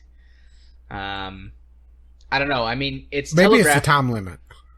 Maybe it's the time limit. I don't know. It just felt odd. Like, this whole game is about solving puzzles, and yeah, there's the turrets and stuff, but really they're just another obstacle that you have to figure out how to overcome in solving a puzzle. But I guess you could say the same thing about GLaDOS fighting her at the end. I don't know. It just felt weird. GLaDOS, the real difference I see with GLaDOS is that she's a time puzzle, and that's something that you don't really have otherwise. I mean, There's timing in the puzzles, but there's not a set time limit. And maybe that's what's throwing you off, and that does make it feel a bit weird. Yeah. But at the same time, you have that... if you didn't have that direct confrontation with Gladys, I think it would have been a lacking, ending for Portal. Yeah, probably. You're probably right. It just and that might be it. And there's just no way to really do it very well without, some sort of arbitrary limit. Yeah. And, it's... okay, so how else would you do it? Because the only other way would be, some sort of direct attack from Gladys, which, okay, she is doing a direct attack, but it's a very phased thing, you hit her, she gets stunned for a bit until you do the thing. Throw the ball into the incinerator. And, it's sort of payback for the weighted companion cube. Yeah. Which that's the other big meme from Portal, is the weighted companion cube, of course. Which we completely skipped over, huh? We did. I thought about the companion cube for a second, and then I just let it go. Well, you did murder your companion cube faster than anyone else on record. Yeah. Oh, the companion cube. Aren't is it confirmed in lore that the companion cubes are like people? Or consciousnesses? No. Well, in Portal 2, she does say they're sentient, but GLaDOS is a big liar. Yeah, and sentient. I mean, since GLaDOS is an AI, they could be some form of AI. Yeah, let's just call them, a cube that has a heart painted on them that GLaDOS talks about a lot. And, the entire reason why the weighted companion cube exists is that people were leaving their cubes behind in that one puzzle. So, to get playtesters to, keep their cube around to be able to solve the puzzle a lot quicker than having to backtrack once they discovered, I need my cube, is to GLaDOS to start talking about it a lot. And that was actually in the dev commentary. Interesting. That's a good psychological trick. Yeah. I'm sure that you picked up on a lot of psychological tricks in this. Oh, yeah. In my, I make reference to them in my psych eval of GLaDOS. Did it change any as you got towards the end of Portal 2? Not really. Do you want to just jump into Portal 2? Yeah, I think so. So, yeah, in Portal 2, when she finds out that she's the consciousness of that girl, Caroline, and she starts to be nice Caroline. To you. Yeah, I was thinking, like, okay, this is interesting. This is character development. How am I going to write this up and reflect it? But then at the end of the game, she's like, yeah, I'm just going to delete everything about Caroline and go back to being good old GLaDOS.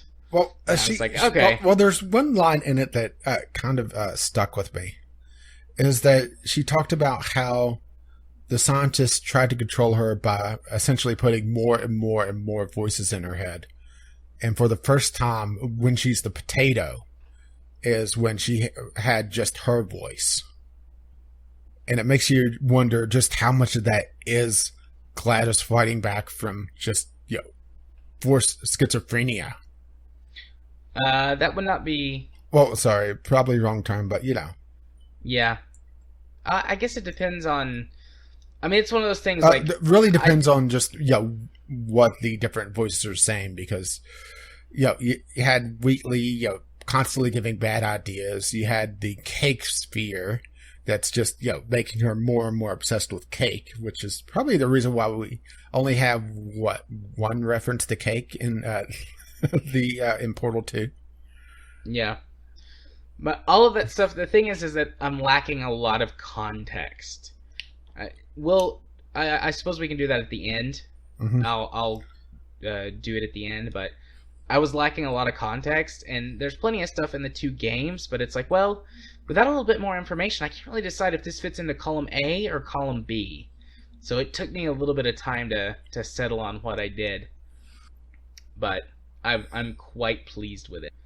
Well, since we're talking about GLaDOS's character a little bit more, what do you think of their idea of essentially adding more voices to an already unstable AI? That seems rather crazy, doesn't it? That seems like a really dumb idea. Also known as aperture science. Yep. Aperture science. We put the science and bad science. Yeah. Yeah, I thought that was a really stupid idea. I mean, interesting way to tackle the problem, like slow her down. But if you had somebody it's force not feeding, just. Well, it's not just Wheatley, which we haven't even really mentioned Wheatley yet, because we're kind of still on Gladys. It's just the fact that let's name off the spheres. We have from Portal 1 the anger sphere, that just growls, the cake sphere, the morality sphere, and what is the curiosity sphere. Then in Portal 2 you have the space sphere. Granted, these aren't connected to her, but they could have been at some point, and that's the thing. You have the space sphere, the fact sphere that gives factoids, just incorrect facts. Rick the adventure sphere, also known as the best sphere. And of course, Wheatley. Yeah. So that's a lot already, and that's just a few, and there was an entire pile of them. It makes you wonder just how many voices she went through. Yeah, and actually it makes me a little sad for her. Yeah, I definitely felt a lot of pity for her during Portal 2 that definitely was not there during Portal 1 or even during the multiplayer portion of Portal 2. And it also makes me wonder, since we know Gladys lies, did she delete Carolyn? I don't know. That's a good question. I mean, she specifically mentions her in the end song. Well, I considered dissociative identity disorder, which is more commonly known as multiple personality disorder, as one of the primary diagnostic criteria to give her. And in DID, you can't just remove a personality. And so I tried to yeah, but she's also a computer. She is, but I tried to keep it at least grounded in some sort of rules. And so I treated her kind of like a brain. Oh, this is going to be so interesting when we get to this. So, but ultimately, you can't just remove a personality.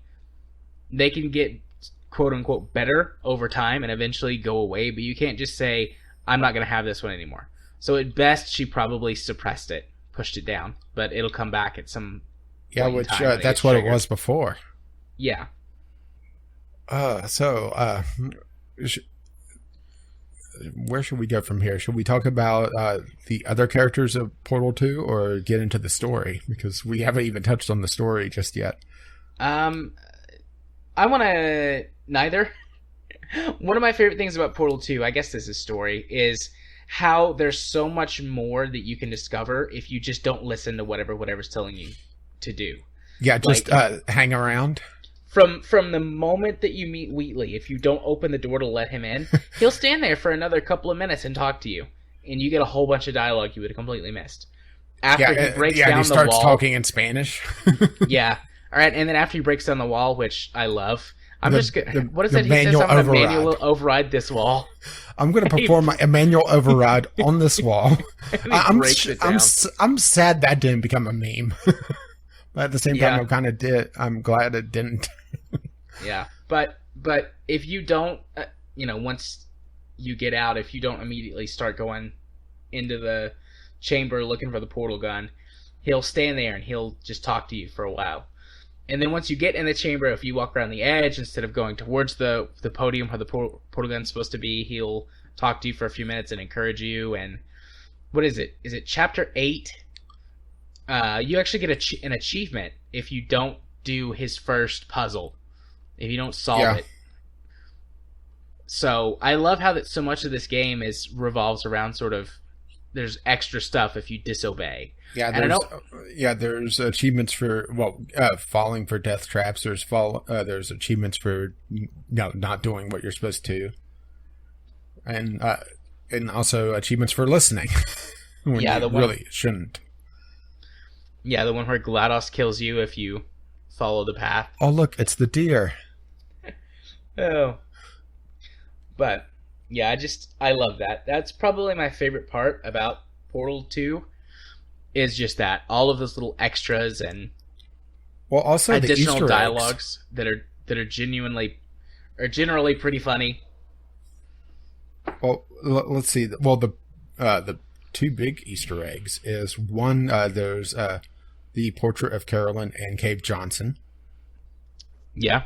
and also if you're not a fan of the Half-Life series, this probably doesn't mean anything to you, but there's the dry dock of the Borealis in Portal 2, which the Borealis is was an Aperture ship that had a prototype of the portal gun on it, or a portal device that disappeared, dry dock and all, out of Aperture Science, and is supposed to be a big plot point for Half-Life Episode 3 or Half-Life 3 or whatever, and that's what Gordon Freeman and Alex is going after, or at least in theory, maybe someday, I guess. But the fact that they included that in Portal 2 is a nice little touch. Then there's little things like Shell's name is on one of the science projects for Bring Your Daughter to Work Day. Yeah, I've seen that one. I saw the paintings. Or the painting. Yeah. It's just all the little things, all the little Easter eggs, all the little touches. It makes me sad that Valve doesn't make games anymore. Yeah, they do.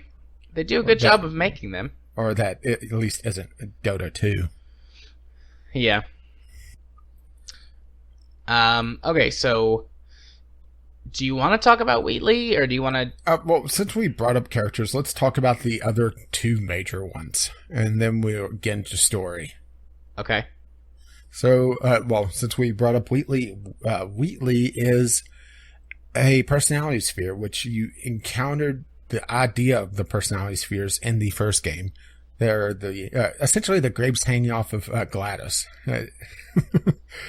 And Wheatley is a rather advanced one. They went through and made a lot of changes to the model to make them more expressive.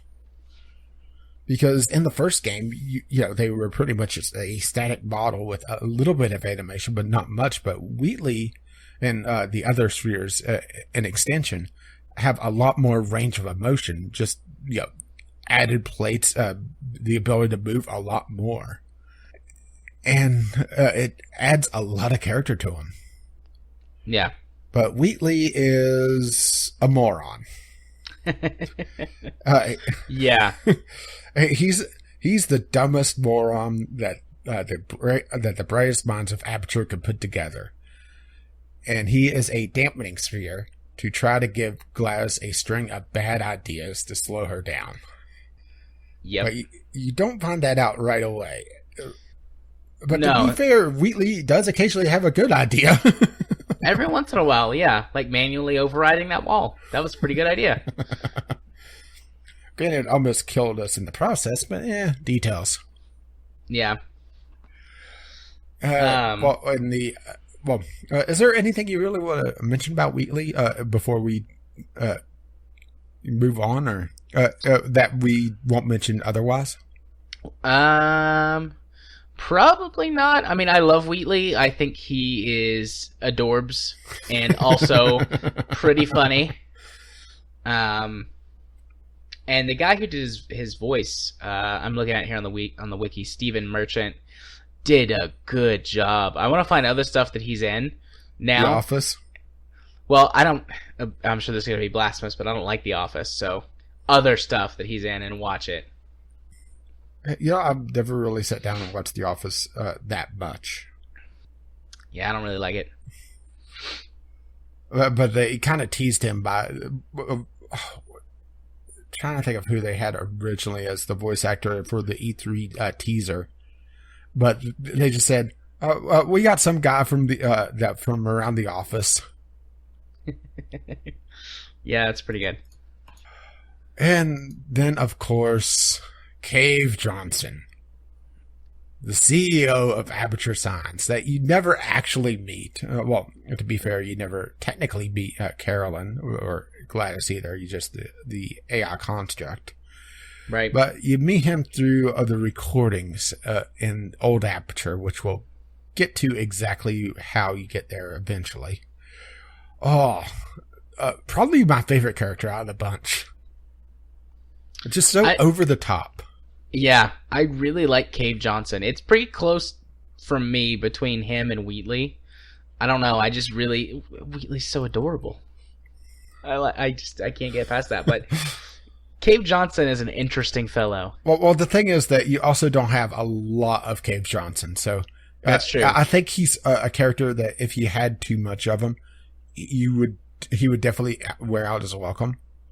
But because you don't experience him for too long in the game, he still has that sweet spot. And plus, of course, the big joke of the game, it comes from him, the combustible lemons. That big last rant. But Cave Johnson, it puts the bad in mad science for Aperture. He is absolutely insane. Spends money on literally anything that catches his fancy. He's modeled after Howard Hughes, essentially. Yeah. Howard Hughes plus Tony Stark. Except without all of the good ideas of Tony Stark. Although I guess Tony Stark has some bad ideas too. But, yeah. Which I realize that, kind of repeating ourselves on that one with Tony Stark. Tony Snark. Well, that's actually not too inaccurate, huh? Yeah, that's pretty accurate.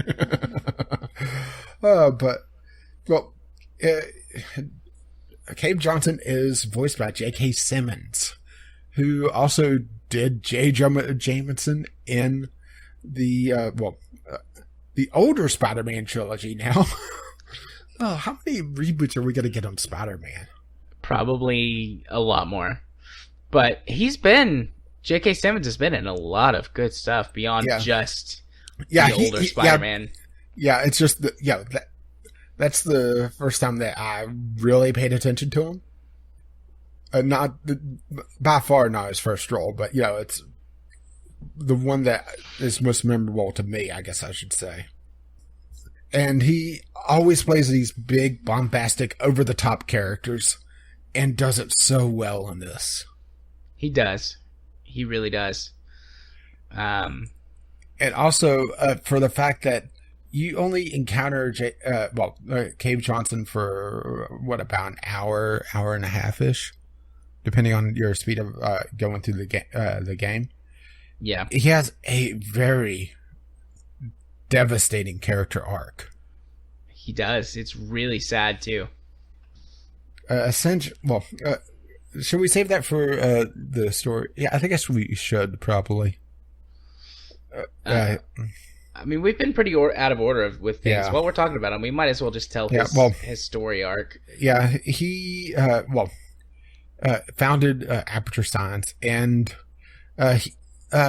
there's a series of 3 eras that you encounter him in the 50s, the 70s, and the 80s. And each one is sort of themed, where the 50s is very Walt Disney. That's what the inspiration for his portrait is. All the ruins are ruins from a very opulent office, a lot of marble, a lot of very high class, high priced stuff around. And he's talking to astronauts, war heroes, Olympians for test subjects. Then you go through and you get to the 70s, and everything looks a lot cheaper. And he's talking to hobos. And it's very clear that things haven't gone well for Aperture Science. But he's not willing to get off track. He still wants to do things his way, and damn the consequences. Well, turns out those damn consequences, because then you get to the 80s, and he's poisoned himself by grinding moon rocks. Which I realize is just absurd, but it's also a hint for later in the game to be a portal surface. And he's trying to get his employees to test ways to leach the poison out of his system so he doesn't die. And this is also the genesis of GLaDOS, because he talks about building an AI and transferring a person's mind into a computer. And also putting his secretary in, or his assistant, I guess I should say, if it's not ready in time. Yeah. And so, as you go through these eras, the portraits change from this hopeful Walt Disney-esque character to this. You can't really say old because he's not that old, but a lot older, a lot more run down, a lot aged, decrepit man that just had his dreams shattered. Yeah, and he ages very rapidly as well. Like, I mean, it's from the 50s to the 80s, 30 years, but he looks like... he had 70. Yeah. I love that they did their homework, though. Silicosis is probably what he had or suffered from, which is a real disease that people get from breathing in ground up silica dust, which is present in pretty highly present in the rocks that have been brought back from the moon. There's other ways you can get it as well, but samples that have brought back, they're high in silica. So that's pretty neat. Like, that lines up with a real world thing. Yeah, and his voiceovers for the 80s section, which is actually very short, has a persistent cough in it. And you can hear his voice run down. He's straining to talk, and he's talking about painkillers. And combustible lemons. Yeah. Such a powerful arc for a character that you never have direct interaction with. Yeah. And something I really didn't expect when I was going into Portal 2 for the first time. Yeah, I had kind of gotten a couple of hints about Cave Johnson, because there's a couple of audio logs that are in the multiplayer version that I had heard before. So, or heard when we played. Yeah. So I wasn't surprised when I saw or when I heard from him. Like, I knew he existed, but I was really impressed with both the detail and just the weight of that character.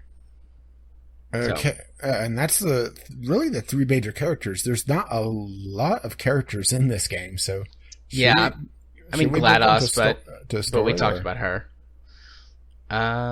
Yeah, we've hit several of the high points of the story, I think. Yeah, but we've hit the remainder, we can go through that.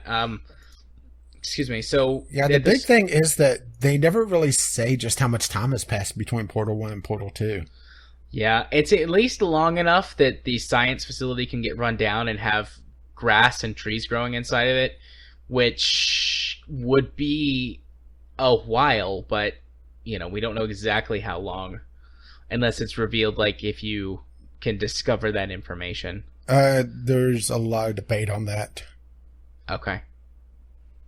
And the thing is also the amount of time, well, we know at least 30 days because, you have that one moment where you're woken up and to show you the relaxation hotel room vault. Yeah. But then you start, getting hints that, how long it's been. Well, first of all, the voiceover airs out and just spits out nines. Your mattress has a significant indent of your body. But granted, that may just because you're fat.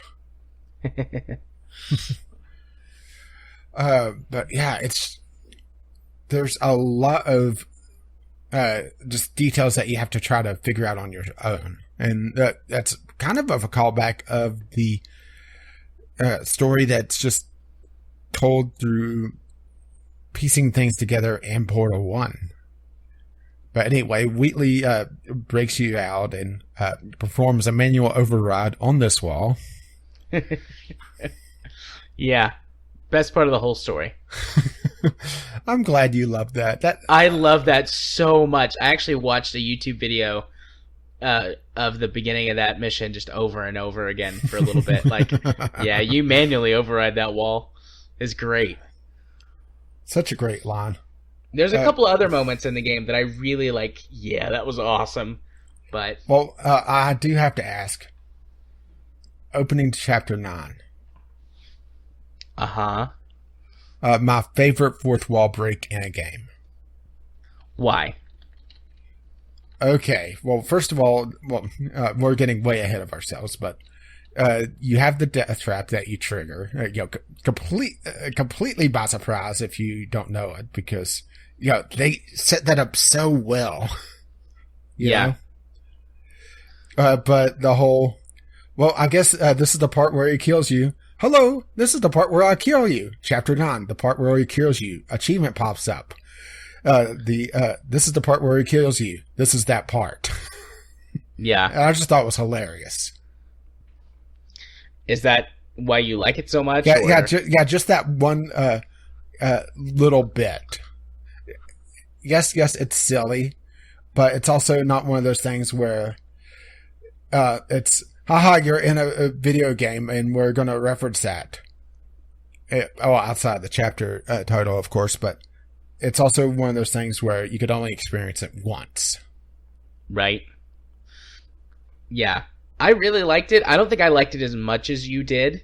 Personally, I like the bit after where if you hang around, I like the bit after a little better. If you hang around, there's a boy band down there.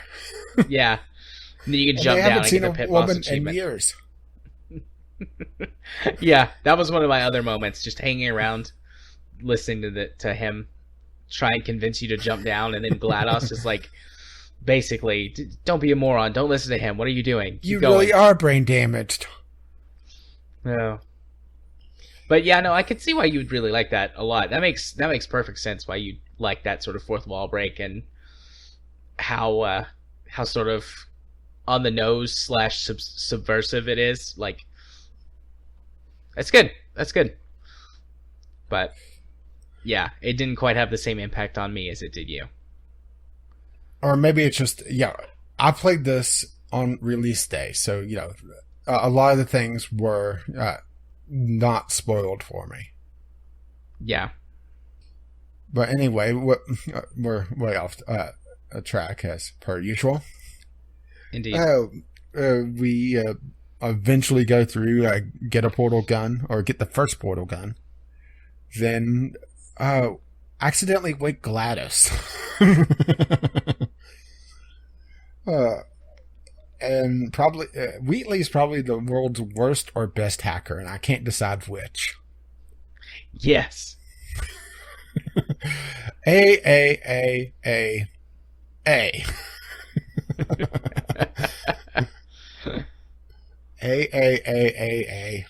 C. Wait a minute, did I do B? Are you writing this down? Oh. But yeah, the GLaDOS wake up scene was done really well as well. It shows the power of GLaDOS, just how large that frame is. Yeah. But it's also one of those scenes that was played over and over and over in E3 trailers. And maybe that's something that we should have a general discussion for sometime.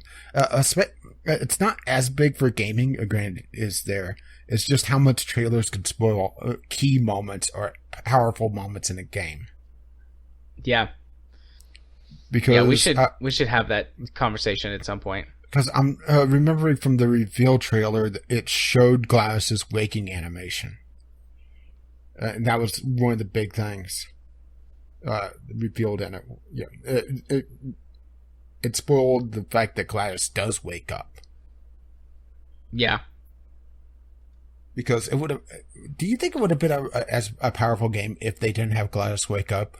If you just go past her body and that's the only real reference to her, and you're trying to escape the ruins of Aperture. Um, with your idiot ball? I think it would have been. I think it still would have been a very powerful game. It would have been a very different game. But it would have been a very different game. Or Yeah. if they did have Gladys, she wasn't the omnipotent god of Aperture, well, at least the section that she was.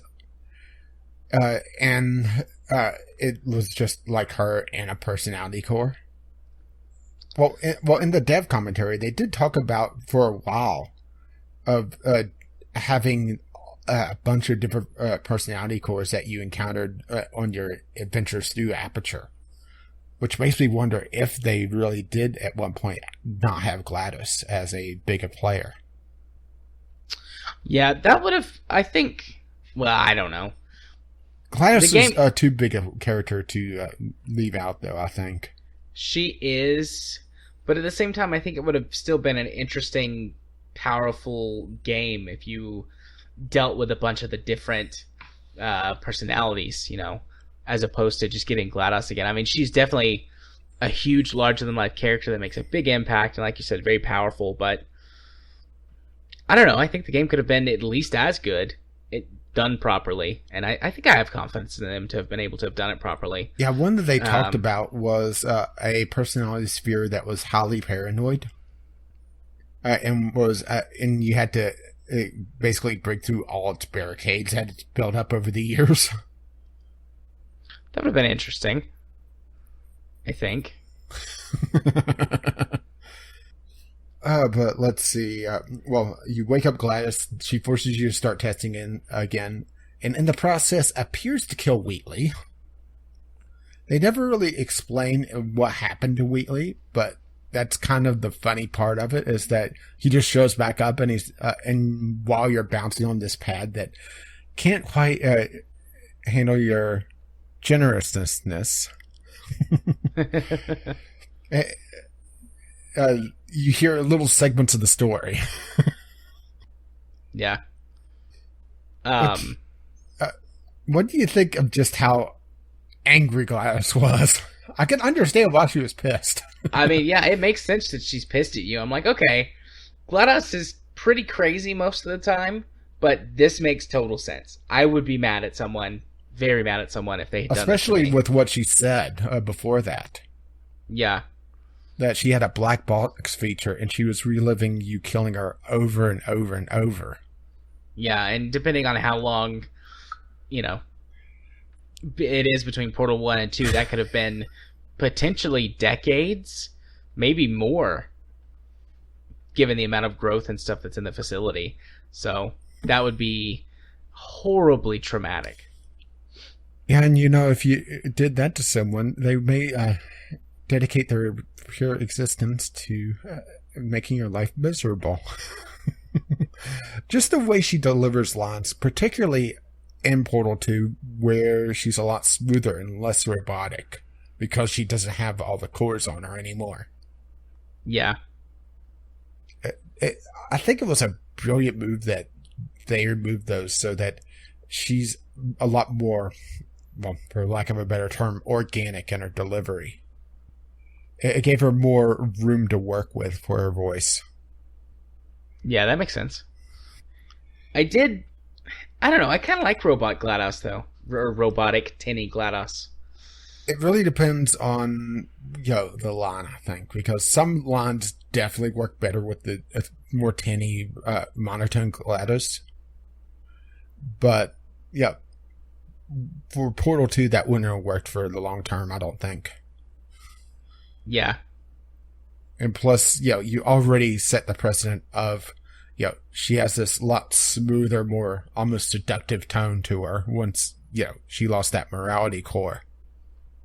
But anyway, then, well, after escaping with Wheatley again, there's two escape sequences in this, and then this sequence is kind of sort of behind the scenes at the start. You see a lot of the facility, actually.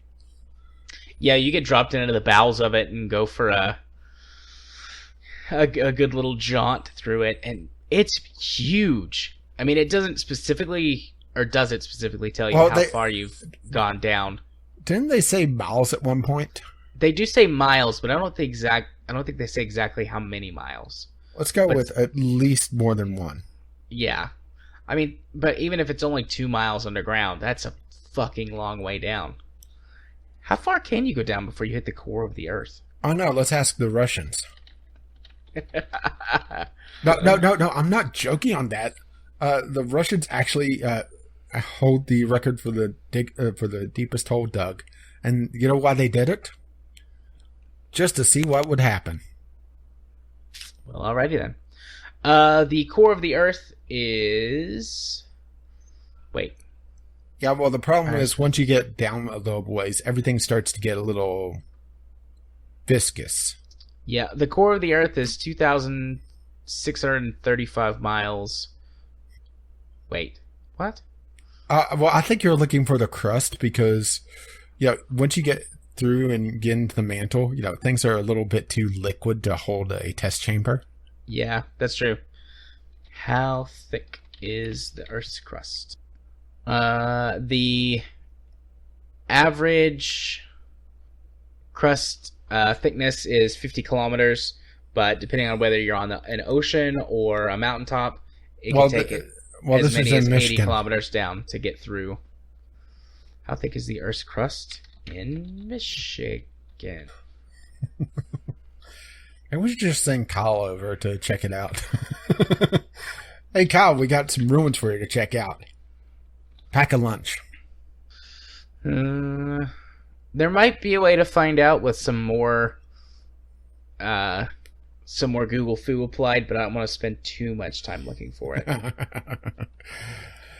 Yeah, but let's see. Well, eventually the big twist for Portal 2 comes up after you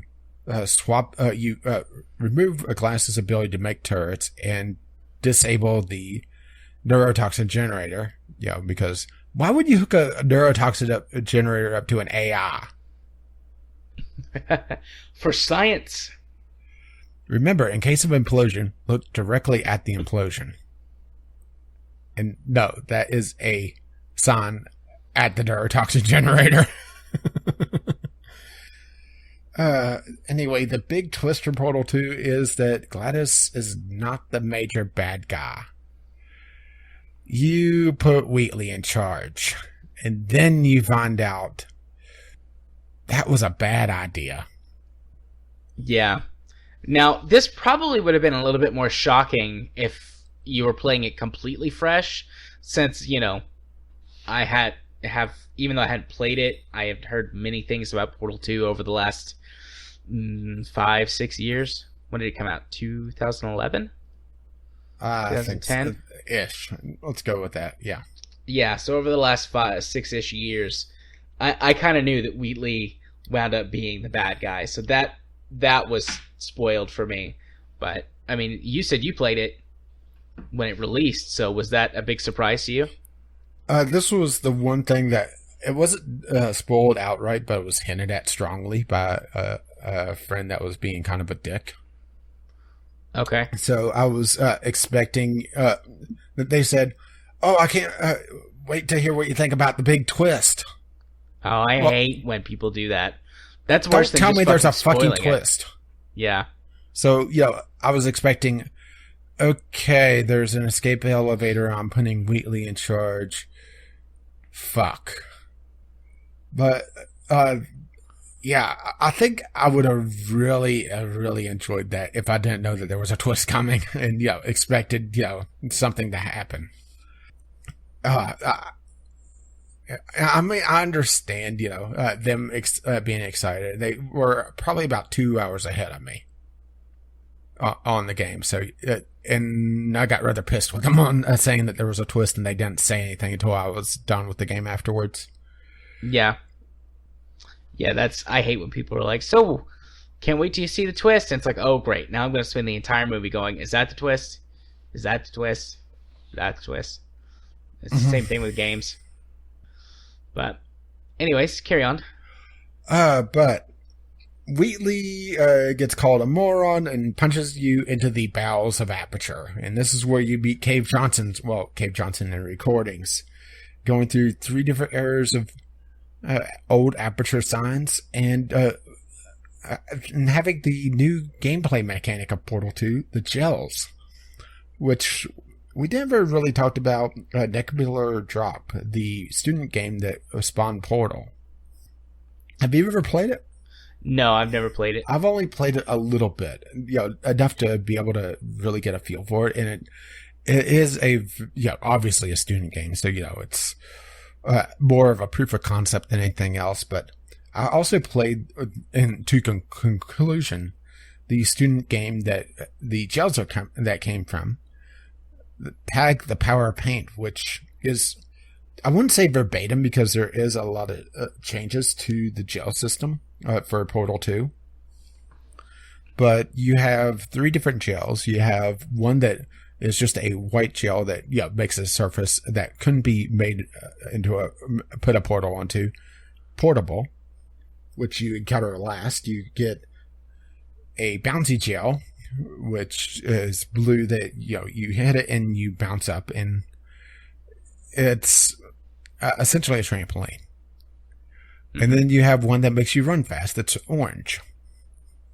And a combination of these and the portals unlocks a lot of possibilities for this game. I mean, you saw a lot more of it in the multiplayer, and it kind of confused you at first, huh? Yeah, it did. I was like, what are these shells and where have they come from? And you're like, well, that's just part of the game. You'll get to it in single player. But there's also the white gel, the conversion gel. That's what I mentioned. Yeah. And I have to admit, anytime that I encounter the white gel, I spend at least a couple of minutes just painting the entire rim. Yeah. Portals everywhere. Whitewash the puzzle. Is that racist? Whitewash? Yeah. Is that racist? You're whitewashing it? I don't think so, but it's hard to tell in this political climate, so just go yes and. Yes, and. Just going to have to wait to see if the president says it, then it's racist. Definitely. Anyway, on your way back up, you reconnect all the old pipes to bring the gel up into the new aperture. And you encounter, while in the bowels of Aperture, you also encounter what's left of Gladys. And Wheatley thought it would be a great idea to put her in a potato battery, which I have to admit is funny. Yeah. And she becomes kind of your buddy cop throughout the rest of the game. And it's one of those things that it's really ingenious that the way that they got it where the excuse that she can't help you with the portals, or with the, not the portals, but the puzzles. Because the first time you encounter Wheatley, you discover that if he tries to help you, it's rather unpleasant. Yeah. No, all we had to do was put a portal over there. No, you had to press the button. Ah! Oh. But throughout this, you also encounter the recordings, and Gladys starts to have kind of flashbacks to her previous life, hearing her old recordings. Because we never really mentioned that Cave Johnson had his assistant in some of his recordings as well, and she starts repeating the lines. It's really sad. The last kind of, everyone's hung up on that lemon rant, but playing through it again, I paid a lot more attention to Gladys, her saying goodbye. It's just such a touching moment that I think a lot of people kind of gloss over because they're too busy laughing at the lemons. Yeah. Again, it's a very sad character arc and story that's a lot deeper, I think, than most people are going to catch on to. It's kind of weird to say this, but Portal 2 is one of those games that I think you need to replay, because once you get past the laughter, you start to pay a lot more attention to some of the subtext that you may have missed otherwise. Yeah, I definitely want to go back and play it again. Yeah, I think this is my third or fourth time through the single-player Portal 2. I'll probably play it one more time without commentary, take it a little bit more slowly, and then play it a final time with commentary. But once you get back up into the modern, sarcasm quotes, aperture, with Wheatley in charge, you discover what he's been doing. Those poor frickin' turrets. Yeah. I have to admit that they're kind of adorable. In a kind of a freakish way. Just the way that they move. The frickin' turrets are essentially the bastard child of a aperture turret and a weighted cube. And they move around like hermit crabs. With two heads, of course, because, Wheatley. Yeah. And they're actually smarter than Wheatley. They get fried with the paradox, which in old Aperture, they have a poster saying, in case of a rogue AI, just scream that one of these paradoxes. And Wheatley just says, true. And meanwhile, every Franken turret in the room fries. But you're trapped in Wheatley's test, which at the beginning are kind of simple. Yeah, Wheatley's not the best. Not the greatest level designer, is he? No, definitely not.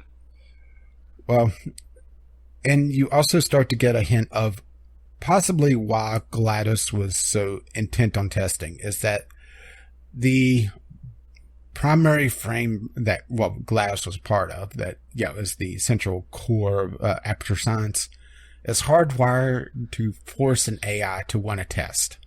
It gives a orgasmic response. I mean, some of those lines from Wheatley, wow, huh? Yeah.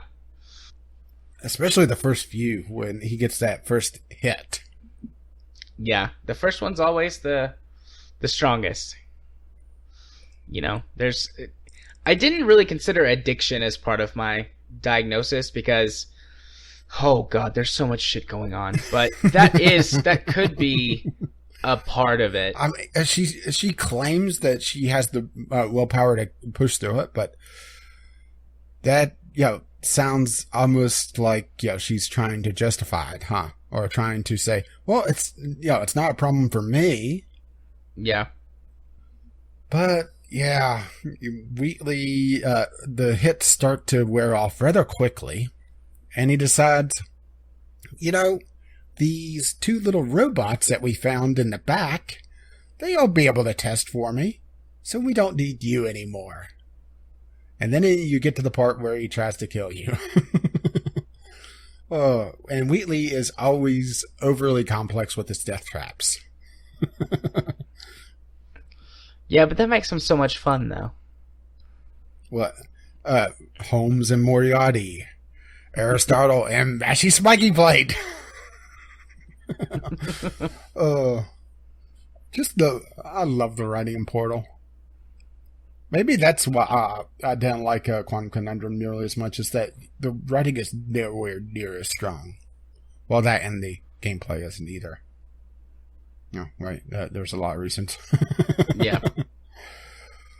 But you escape again and eventually make your way to the main chassis again and initiate another core transfer to put GLaDOS back in charge of the facility before the place goes boom.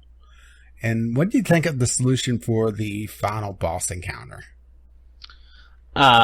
What do you mean? Where you put the personality cores back on? Well, essentially a reverse of the first Portal boss fight, and then that final shot. Yeah, I really liked it. There's sort of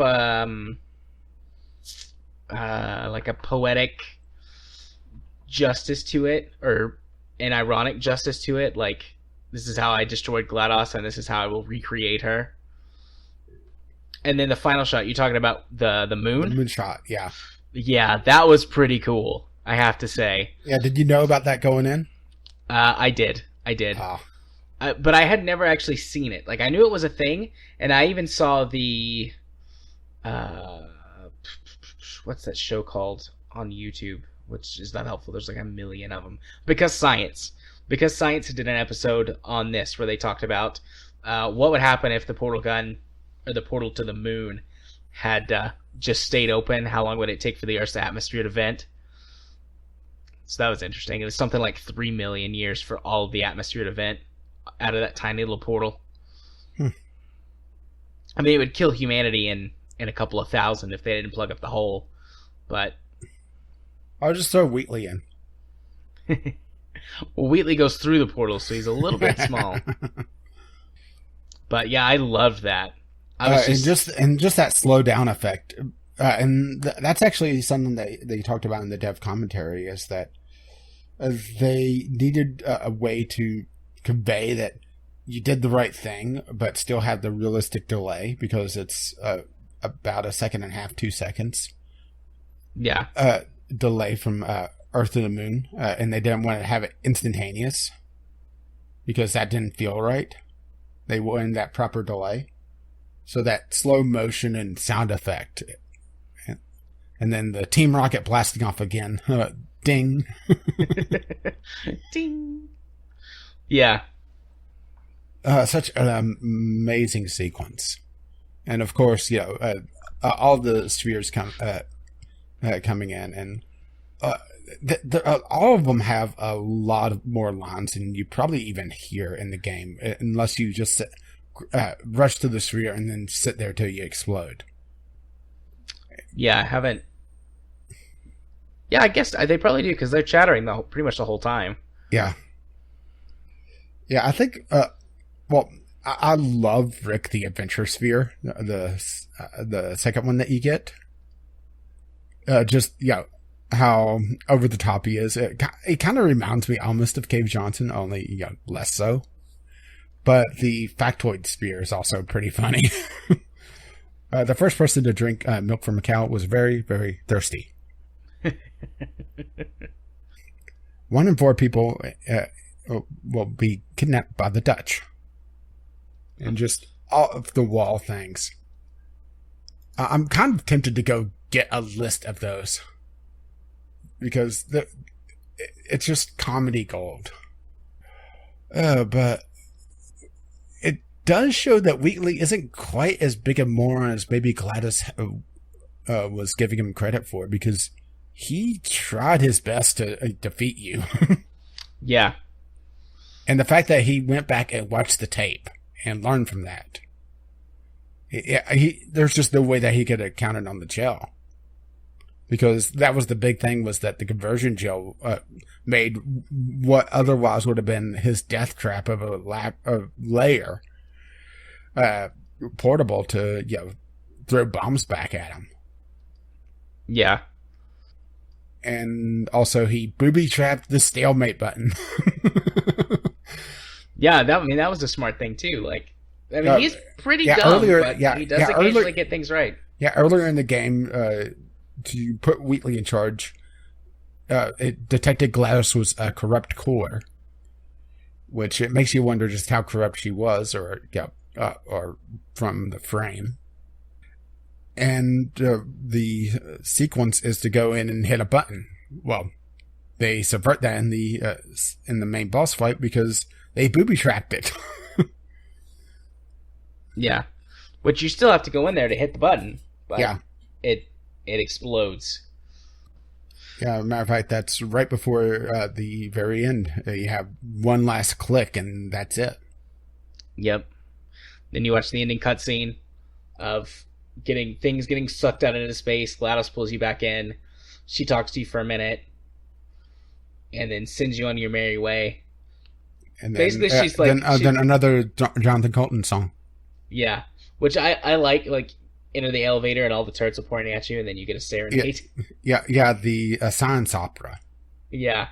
Yeah, you have actually 3 ending songs in Portal 2. You have the science opera. You have Want You Gone, the single player end song, or credit song. And then you have Robots for the Win, the multiplayer's end credit song. So you have quite a bit of kind of reward music as well. Yeah. Oh, anything to really talk about here? I don't think so. I don't think so. I mean, you covered it all pretty well. I just mostly let you tell the story. Having played it a couple of times and listened to the dev commentary, I know you do a better job than me. Yeah, I'm trying to think if there's anything major that I'm missing. Well, okay, here's one thing. This is something that they mentioned in the dev commentary. I want to see if you caught it. When they were originally building Portal 2, they were using portals in the world geometry to essentially just fast fabricate the levels together before putting them all together in their final form. There's one section of the game, or one place in the game, that is an impossible space that is bigger on the inside than in the out, a TARDIS level. Did you notice it, or where it was? No, on both counts. Okay, well, the spot is the crap turret ambush from Wheatley. When you go into the room, it's bigger. Huh. Interesting. It's just something that was left over. Okay. I was going to say, is there any significance to it, or was it just something that... It was just a leftover. Purely. And it was just something that I thought was kind of interesting, you know? Yeah. And also just the way that they were thinking with portals. Yeah. Yeah. I wonder if you could use portals in some way to do that. I don't know. What, just fast fabricate the levels? Yeah, just fast fabricate a bunch of stuff. I do like that you see the King turret actually in the song. The Animal King. Yeah. Yeah, and that's another thing is that there's a lot of humor that you could easily miss. Not just the extra audio bits, but just the videos as well in the first, third of a game? Yeah. Where, in case of the Animal King takeover, and it's just this giant turret, and then later on at the Serenade, you have the giant Animal King in the background. Yeah, there's tons of little extra humor thrown in everywhere. Well, maybe not everywhere, but in lots of places. So they're just great at getting in little details in there, which, they had in Portal 1. I think there were less in Portal 1, but far they were less. there. But then again, it was also a lot smaller of a game. Yeah, so that's the Portal 2 single player. The co-op multiplayer... Yeah, does the co-op make a lot more sense now? It does. It does. Although the co-op is pretty standalone. I mean, there wasn't too much I felt like that I was missing out, having now played the single player. The Cave Johnson, when he shows up, makes more sense. The bird was cute, a cute callback to the single player, because the bird there's a bird that comes and takes Potato Gladys and flies away to eat her. Yeah, in the single player, and it kind of instills a fear of birds and Gladys. Yeah.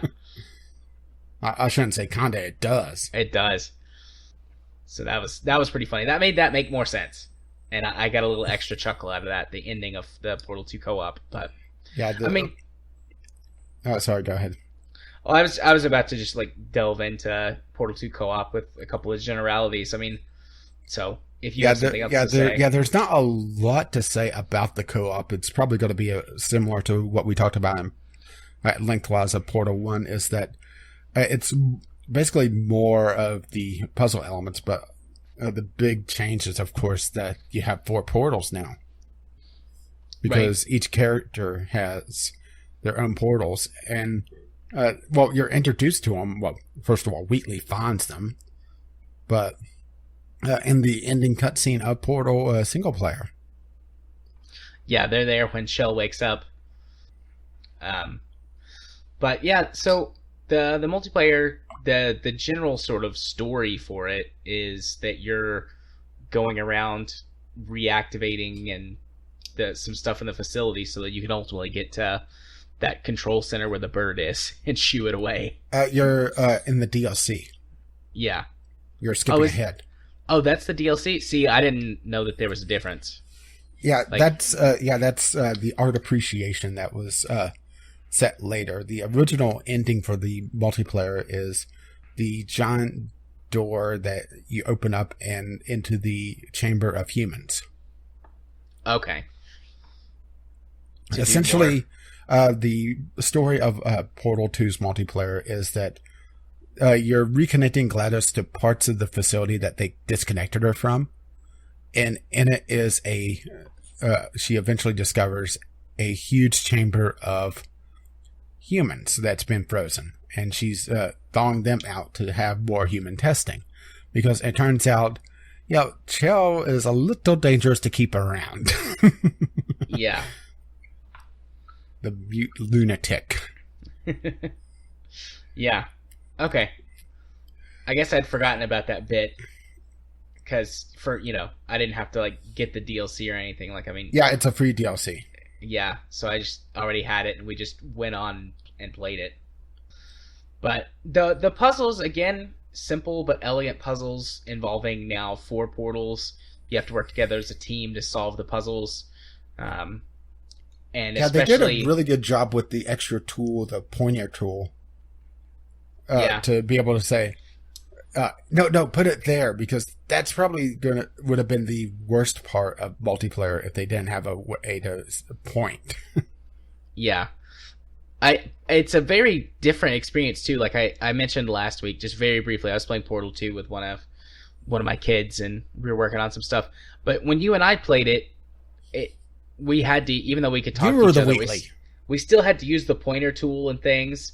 But sitting in the same room, I can just be like, look at my screen, here's what I'm trying to explain to you. So it's a very different experience, even doing it a split screen versus online, which is interesting. Plus, this time, he's the Wheatley instead of me. And also the fact that, granted, you don't have to use a local multiplayer, but the fact that you're able to look through the other person's eye as well. Yeah. And some of the puzzles actually require that. Yeah, we haven't gotten that far yet, though. We're in the 3rd test chamber. Oh, fun. So. But anyway, once you thaw out all the humans, she decides, human testing is probably for the best, and disassembles the co-op robots. Well, you wake up far into the future, and GLaDOS has become an art director, whose art looks kind of like test chambers. Well, as you progress through them, you start to get a sense that she's kind of preparing you for something. And eventually she drops out pretext and says that, I kind of killed all the humans trying to turn them into a killing machine. Turns out that, psychotic humans, a lot more rare than you would expect based on our previous sample size. So she has to use the co-op robots and to turn them from marshmallows into killers for the final confrontation with the bird, who's built a nest on one of the prototype GLaDOS mainframes, and is accidentally hitting a key. And that's the big reveal. Is that every so often it's hitting a key that's disabling something for a short time. And you shoo away the bird, but discover that it spawned. You remember this cutscene now, right? Yeah, I actually am pulling it up on YouTube just to watch it silently. I love how, too, that they shoot the portal gun at it. Like, what is that supposed to do? Well, it's its only weapon. When your only tool is a hammer, everything looks like a nail. Right? Yeah. And eventually, I think it's Peabody comes up. It looks like he's going to shoot the bird and just shoots it. Oh, such great silent acting. Yeah. I was watching a video earlier today about Charlie Chaplin's how he handled comedy.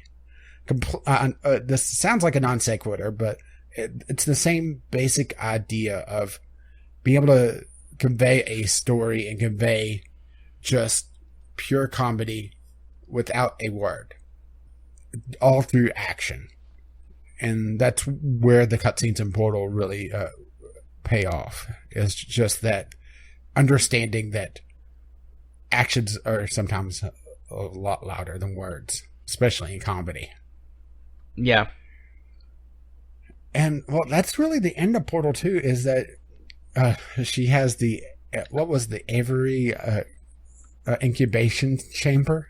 Yeah. And isn't she like sitting in there talking to the birds? Yeah. Yeah. You're not baby marshmallows. Birds. You're killers. It makes me wonder if they ever revisit Portal, which would be a damn shame if they don't. What are they going to do? Because there's a lot of directions that they could go with Portal 3. Yeah. Including existence. Yeah.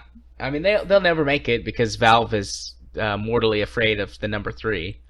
But plus, they're making way too much money off of CSGO keys and skins out of Dota 2. Yeah.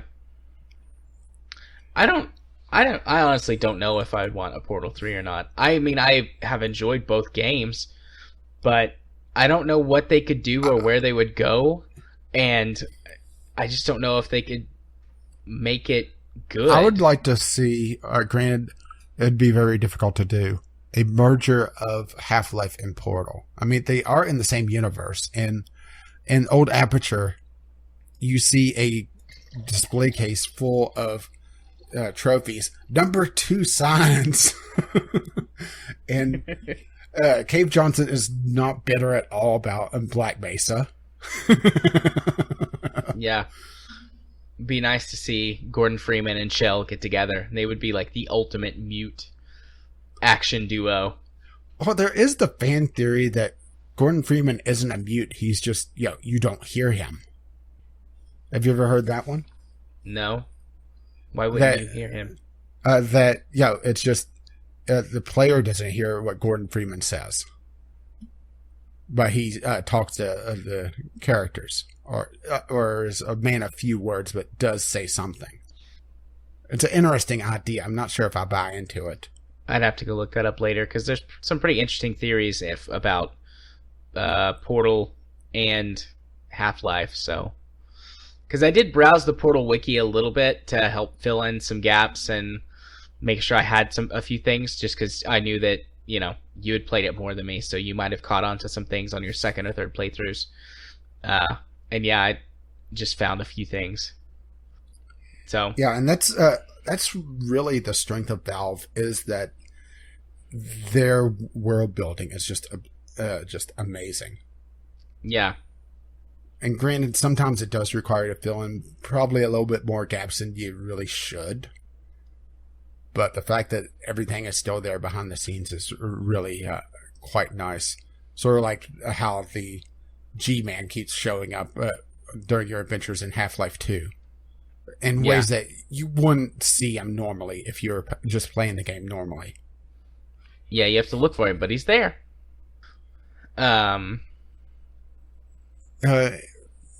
Okay, before we really get into the analysis of GLaDOS, game mechanic changes. What do you think of how they changed the mechanics from Portal to Portal 2? I like the addition of the gels. Those really, I think, flush out the actual portal gun. Because before, basically your mechanics were, you could use the portal to move yourself. Move yourself or another object, somewhere. You could use them to build up momentum if you needed to, cross a large expanse or something like that. And there were a few other little things here or there, but for the most part, that was it. But in Portal 2, adding the gels really expanded the amount of movement that you could do, the range that you could use the portals, and then the same for the little light platforms. Yeah, well, there's not just that. There's also the kicker plates, the aerial faith plates, Oh yeah, that's right. and That's the right. tractor beams. Yep, forgot about those for a second too. Well, to be Um, fair, the faith plates are introduced late, and so are the tractor beams. yeah, but still, just they did a lot of good to improve the The range, toolkit. the toolkit, and your mobility. It felt a lot more active. I mean, I know that this isn't true, but a lot of Portal One feels very static. Like I'm standing here, shoot a portal, get the momentum, jump the thing, whatever, you know. Well, Whereas to give Portal you an Two felt a idea, lot more active. well, to tell you just how static Portal 1 is, there was a video that's floating around today. Talk about perfect timing of someone beating Portal 1 without moving their mouse. Wow, that's pretty intense. Yeah. It's on Reddit right now. It's just, I was watching a little bit of it earlier, and it's some of it's a little, I don't want to call it cheaty, but it definitely uses some creative use of portals. They were thinking with portals, where in order to change their perspective, instead of moving the mouse, they would go through a series of portals to change how they're looking. Interesting. Yeah, that's a good way to do it. For me, I really love that they expanded the toolkit. Some of the connecting sequences between test sequences, for lack of a better term, felt like a lot of it was, okay, find the light source. Because what Valve usually does is they use light as an indicator of where to go. And there was a couple of times where it's, okay, here's this huge expansive environment. Let me find the one spot that I can put a portal on. And that felt like a little bit of a detriment to what could have been a more fluid sequence. Especially since this particular was bad in old Aperture. This was before the portal gun was invented. Granted, there is a poster of a primitive portal gun, but they talked about later finding a great portal conductor, so there's a little bit of iffiness on the time frames. I would have loved to have seen some of the old chambers, since you have the portal gun, just be able to completely cheat. Yeah, that would have been nice, actually. Yeah, in the breakout sequence in Portal 1, you go through one of the old chambers with the fully powerful portal gun, and you're able to just break the rules and go right through it, without completing the puzzle. I'd have loved to see at least one chamber like that, where they didn't design this like for the portal gun because the portal gun was in existence yet. So, I'm able to skip this entire very convoluted sequence by just portal there, but still have it where, okay, if I wanted to do the puzzle, it's still a working puzzle. It would have been a nice little Easter egg, Yeah. But that's a very minor nitpick. It's just some of the sequences felt like they were just find a hidden object, only found the white panel somewhere, and that's and kind of carries over to the test chambers themselves, because in Portal 1 you would have half the test chamber or more with portable surfaces, but in Portal 2 they really streamlined things, and I'm not sure if that's a good thing or not. Granted, they probably had to with the improved tool set. You know what I'm talking about? Where in Portal 2 you'll have a small section of places where you can put portals instead of half the chamber. Yeah. But that's probably a casualty of just the improved tool sets. Yeah, because you couldn't give too much freedom, otherwise people would never figure it out. Or just completely break things. Yeah. Which, that's something that they talked about in the dev commentary of the first game, was there were several times that they would break a solution that was kind of cheaty, but there was also a couple of solutions that they left in that were cheaty because they required more skill than the actual puzzle, which was funny. Yeah. Would be interesting. Really gotta listen to that dev commentary at some point. Do you have any... I assume that both of us recommend this game, or these games. Yeah. Yeah, it's tough not to. Yeah. Do you have any final thoughts? Any last anything before we move on to the GLaDOS's Psyche Val? Definitely go check out the workshop content. Okay. Because there is just an amazing amount of very talented map creators that's made some absurdly tough, some absurdly easy. And that's probably going to be the toughest thing about it, is just figuring out where your difficulty curve is. But there's... I'm trying to remember the name of it, and now I'm just going to go look it up. There is the 12 Angry Test that was, if I recall correctly, was a very good sequence of test chambers that you definitely should check out at some point. But then there's just, little one-off puzzles. There's just racetracks that, are meant to be played in multiplayer to race against one another. But there's a lot of stuff on the Steam Workshop. There are, I have it up here right now. Overall, there's 591,071 entries on the workshop, with 497,000 of them being single player. Yep, that's definitely, there's a few there. Yeah. Hopefully you don't run out of content too fast, though. I mean... Whew.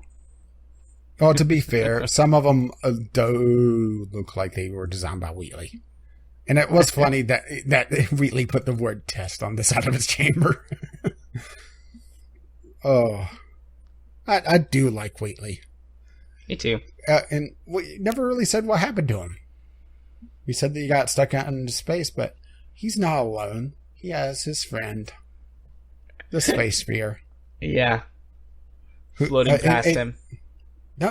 Wheatley's so dense that the Space Sphere is in orbit of him. Or did you not catch that pun? No, I didn't catch that pun. The Space Sphere is in orbit of Wheatley. Nice.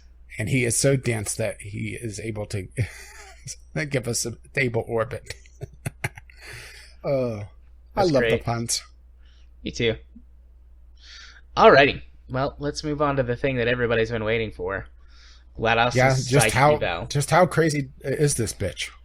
Okay, so I did this just like I would do an evaluation for any other client that I see at work whenever they come in for their intake session. So I'm just going to read through it.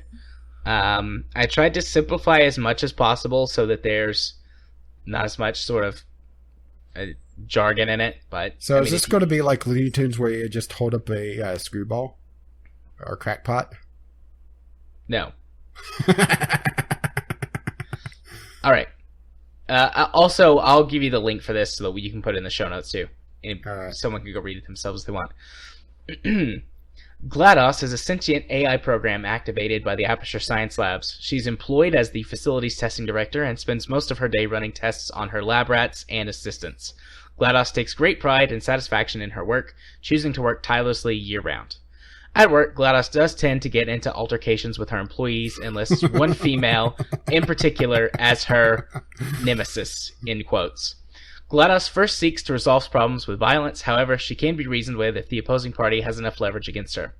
GLaDOS tends to fully and completely solve a problem, resorting to extreme measures if necessary, as evidenced by the poison gas and rocket attacks she's carried out against test subjects.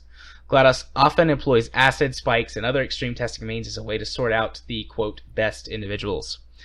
GLaDOS has been repeatedly shown to have a bias against humans and actively antagonizes any she meets. GLaDOS, however, does not treat other robots or AI much better and is willing to be more open and honest with them in conversation.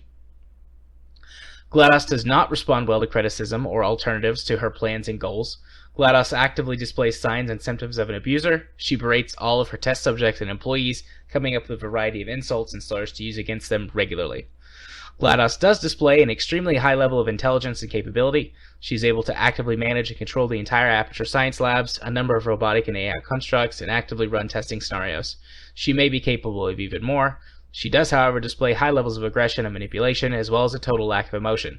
The one time GLaDOS has been observed to show real emotion, so she quickly buries it as deeply as possible. GLaDOS expresses both sociopathic and psychopathic tendencies, making a completely accurate diagnosis difficult. However, based on the present evidence and my professional opinion, GLaDOS is most likely suffering from antisocial personality disorder. And then I've got the DSM codes after that. Antisocial personality disorder is in the sense that she is working against normal social order. For the colloquially understood meaning of antisocial, see social phobia. GLaDOS meets all 7 diagnostic criteria, and these are as follows. Failure to obey laws and norms by engaging in behavior which results in criminal arrest or would warrant criminal arrest. Lying, deception, and manipulation for profit or self-amusement. Impulsive behavior. Irritability and aggression manifested as frequently assaulting others or engaging in fighting. Blatantly disregards safety of self and others.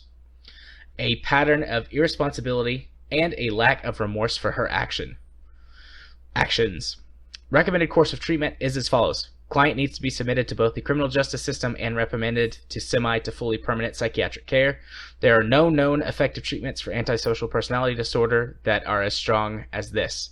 Most likely heavy medication, and then I put in parentheses, computer virus, will be mandatory for life, barring any criminal sentencing that may result in the euthanization of the client, or euthanization of this client. Federal and state laws must be consulted. It is very likely that the client also suffers from other personality disorders as comorbidity with reactive attachment disorder, Munchausen disease, and schizophrenia are possible. Also, given the severity of the symptoms, it would be irresponsible to rule out other schizotypal disorders as well. Further testing would be required to confirm. And I just realized the irony of further testing.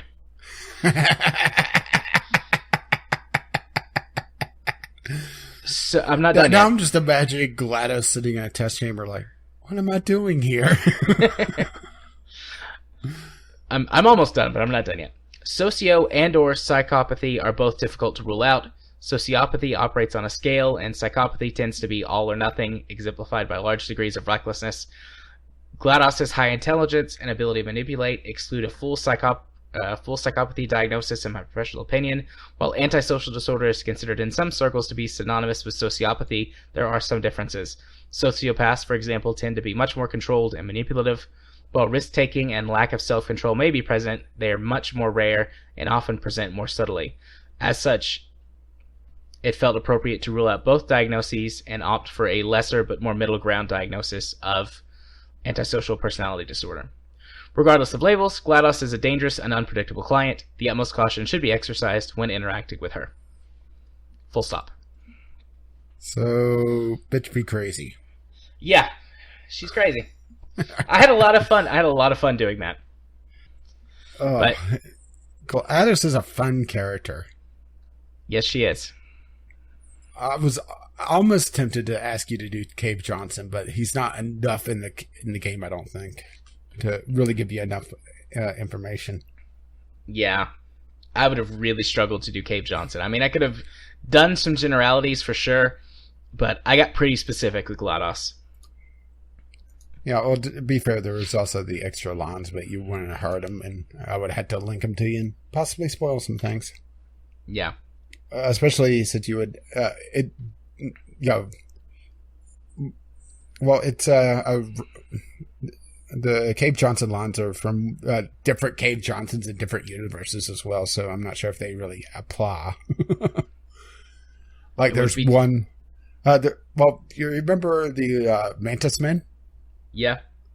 There's a Mantis Man, Cave Johnson. Okay. Who talks about fighting an army of man mantises. That's great. That's great. And then there's a Cave Johnson that just meows. All right.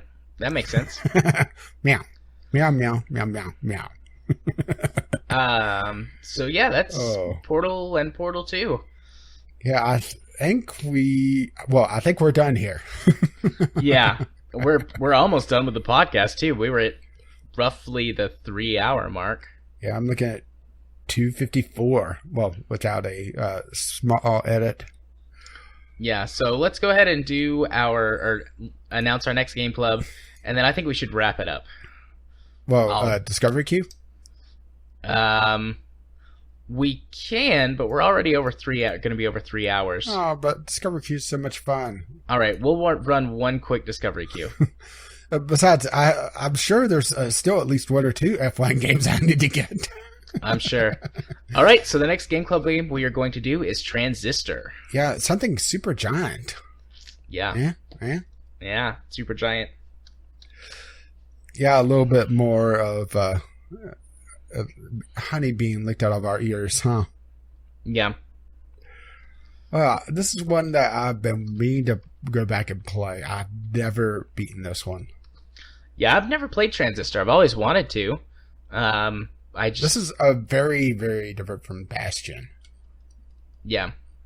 And that's the thing with Supergiant is that they're kind of becoming clay where all their games are unique. Have you seen their new one? No. You haven't seen their new game coming out? I don't think I have. Maybe I have and I just don't realize it. They're doing a group RPG. Hang on, let me punch it up for you. Is it Pyre? Yeah. It looks interesting. It looks different. I'll say that. Yeah, I'm not sure how good this is going to be, but it's worth a shot, right? Yeah, I'd give it a shot. I mean, I don't know. It looks odd. I need to see some stuff about it. Yeah, I mean, Didn't it come out today, or I guess yesterday? Release date July 25th, 2017. So it came out. Okay, well, when I was looking at it, it was still not available. It was showing pre-order, and I didn't pay attention to the release date. Yeah, so it just came out. Yeah, it's going to be interesting to see how this does. I mean, there's some very mixed reviews right now, but then again, it is the early reviews. Yeah. But that's not the game we're doing. We're doing Transistor. Lady in red with a giant freaking sword that talks. Yep, talking sword. Sign me up. So yeah, well, I already did. Yes, you did. But we'll be doing that for the month of August. Looking forward to it. Yeah, should we discuss on air what we're planning to do for September to get some submissions because it's something different? Sure. We can mention that. Okay, we're wanting to dive into a free-to-play game. And the thing is that the free-to-play market is vast. Yeah, it's got a lot of turds in it. It's a vast ocean of turds. So this is your chance to submit and for Kyle to stuff the ballot box of what do you want us to do for September. Free-to-play game, hopefully something that we haven't played before. So that rules out things like Warframe.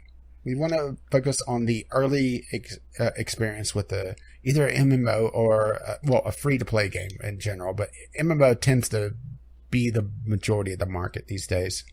Yeah, some of the MMOs that we have played that we're not considering for this, Star Trek Online, that was the first one that kind of came to mind for me. Yeah. And that's like, well, we've played that one. Yeah, I've played it pretty extensively. Yeah, I played it pretty extensively as well. Rift, I would be willing to try. It's something I played a fair amount of, but I was rushed through it, so I have no idea what's going on story-wise, and I only know the kind of the base mechanics. Yeah. WildStar. We both played WildStar a bit. Yeah, and I have a level 50 character there from their giveaway. Yeah. I've got 2 characters at level, like in the mid-20s. Because Katie and I play WildStar some. So that one's out. Were there any others? I guess TF2. Yeah. Anything we've ever played for Stream Night basically is out. So Warframe, which you said already, War Thunder, the World of games, World of Warships, World of Planes, World of Tanks. Yeah, and this is probably going to be more mechanically based, so it'll probably be a shorter game club as well. Yeah. But this is your chance to influence Game Club once again. and for Kyle to ruin it all. I only pick on Kyle because he's my friend. Indeed. Hey, the moment I stop picking on Kyle, then you have to worry. So yes. So moving on from that, I know that we didn't have any emails or anything for Community Corner. Did we have any tweets, or I think you said that there were no responses to the question of the week? Yeah, no response to the question of the week, which I'll still say where it is. Maybe somebody will email in. The question of the week was, what is your favorite video game end credit song? And I was asking people to link it so we would have music to listen to, but maybe that was a little much. I think mine may be Bastion.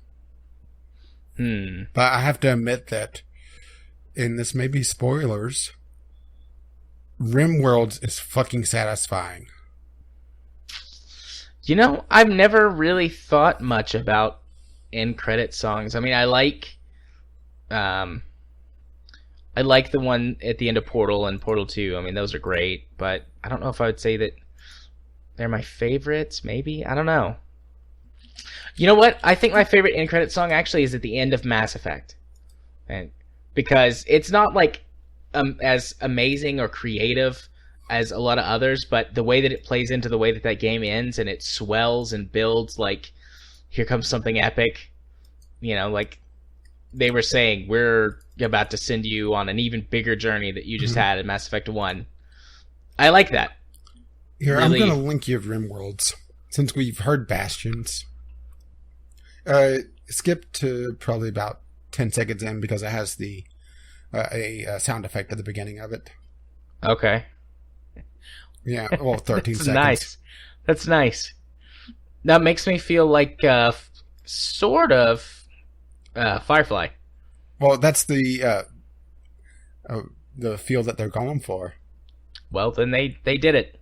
And plus, also the there's words. Yeah. Nice. I like that. That's good. I have to admit, very satisfying. Coolio.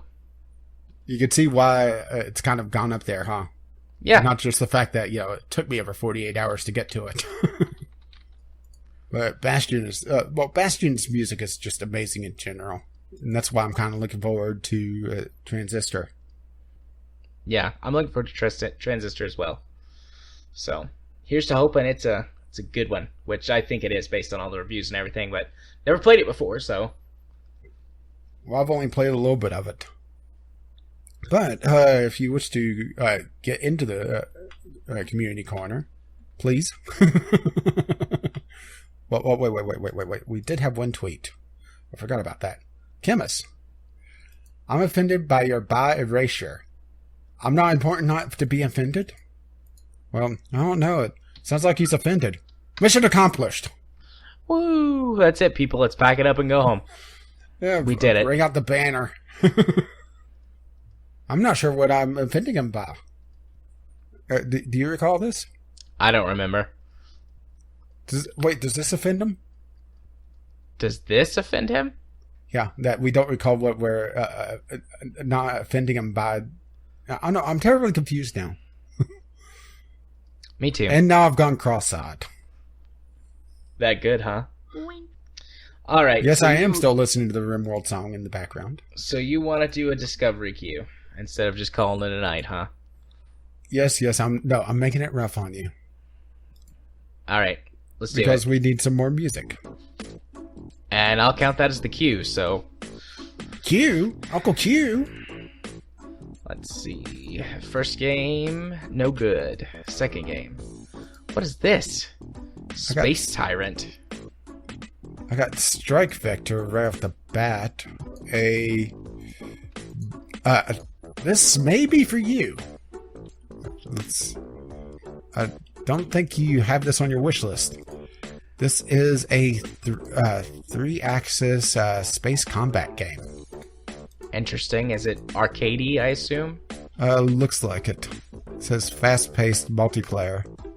And it has hardly anybody playing, so...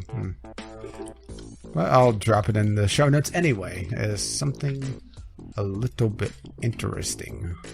Yeah, so here's one that looks neato. Space Tyrant. It looks like some kind of 4X strategy game with a nifty art style and something about some kind of RPG elements with leveling up and things.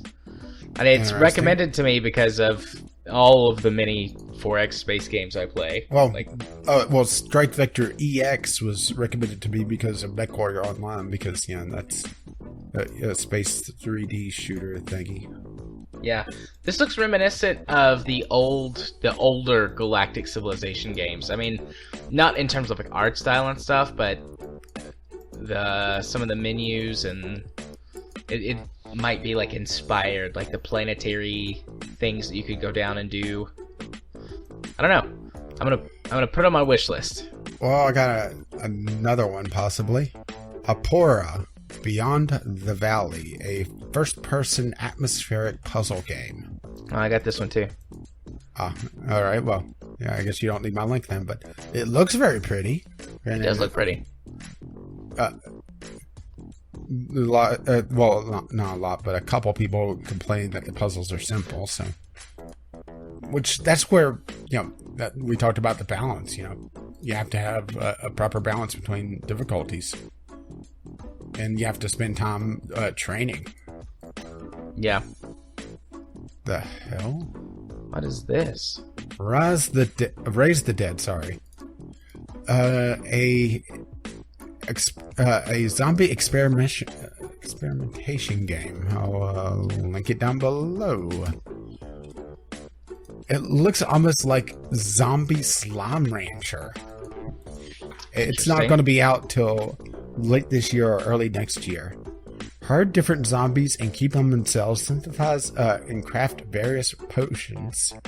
Use potions to perform experiments on zombies. Interesting. I mean, it screams Slime Rancher to me. Just the art style. Yeah, a very cutesy zombie game. And it just throws up a bunch of... why is this relevant to you? A bunch of tags. So see, Discovery Queue was a good idea. I haven't gotten very many good things. I'm almost done with mine. I had the one that we shared, and then I had my neat looking one, Space Tyrant.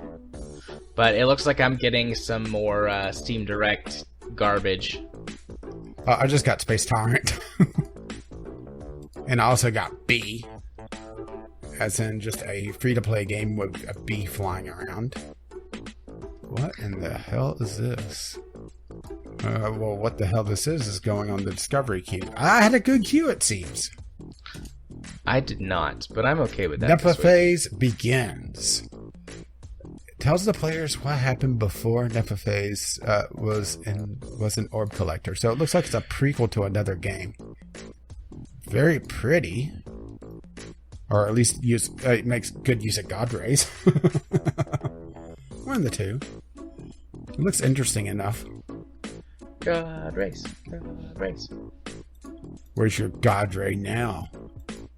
Ray, when somebody asks you if you're a god, you say yes. And it looks like that is it for me. Yep, that's the Discovery Queue. Nice. Well, I only got one out of the deal, but you got 4? Yep. Yeah. But then again, I usually have more... I'm a lot tougher critic, but I'm more lenient when I'm saying, that looks interesting. Yeah. Looks like not that that's a bad thing.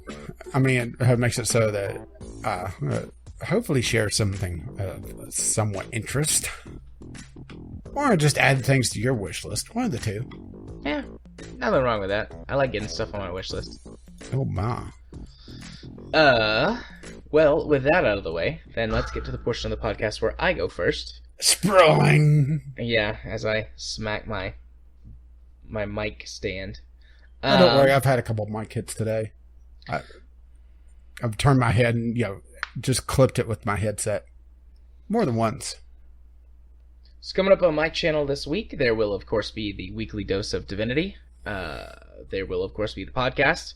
And I think I'm going to separately record my GLaDOS Psych Eval and put that up and just see how it does.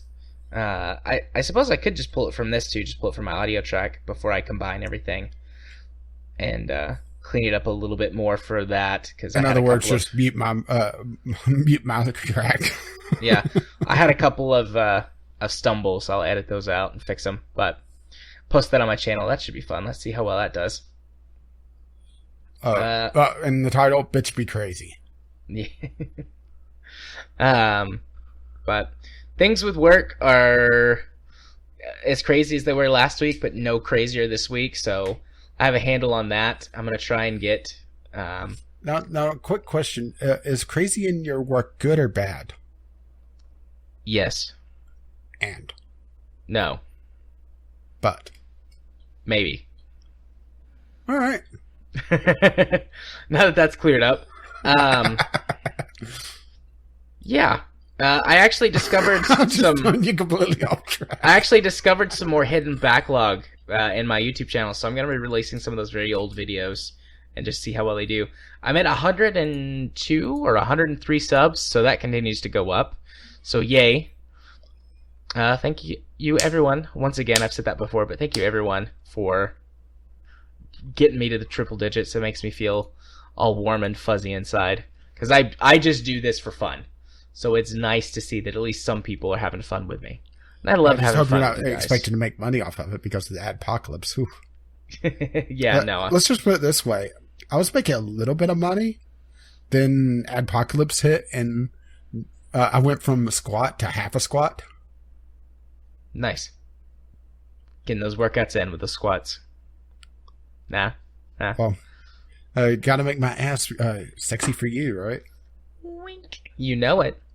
But anyways, so thank you once again, everyone, for supporting me, subbing to me. Feels nice and fancy. And you nice. can find me by searching for Gaming Psychologist on YouTube. Also, if you want to subscribe to me on Twitter, you can do so at JMA4707. I tweet about all kinds of things. Some of them are not even political. If you want to watch me stream games, you can do so over at twitch.tv/jarthur4707. There will not be a stream this week due to circumstances. Rage and I are going to have to do some bonus or rescheduled recording of Divinity. And I will... Mostly trying to avoid another pause in content. Yeah, I will talk about that at a later date. There are a couple of you out there in the community that by the time this releases... I was going to tell you about it anyways, so you'll know. But I'll talk about it later on a different episode, maybe the next episode. But yeah, so no streams this Friday. And then if you want to be my friend on Steam, you can do so by sending me a friend request. My Steam username is jarthur4707. I accept all friend requests on Steam. So far, all of you have been lovely, lovely people, and I enjoy talking to you whenever you chat me up.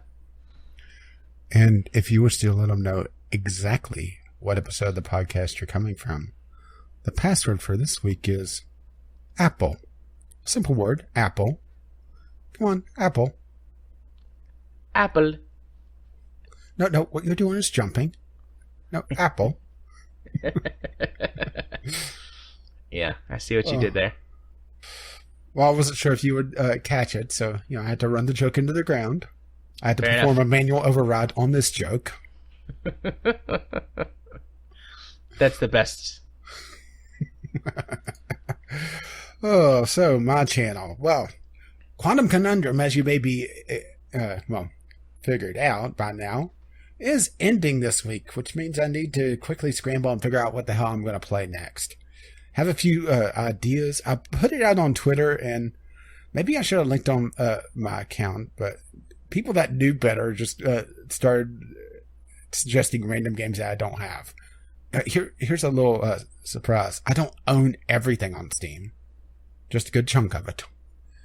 But mostly the crap. Especially with Steam Direct. Ugh. Anyway, I'm going to try to figure that out in the next day or two. Like I said, I have a few good ideas of where I'm going to go with that. RimWorld is starting to wrap up as well. I've been in heavy testing for the next version of it. That's still a couple weeks out, though. Maybe.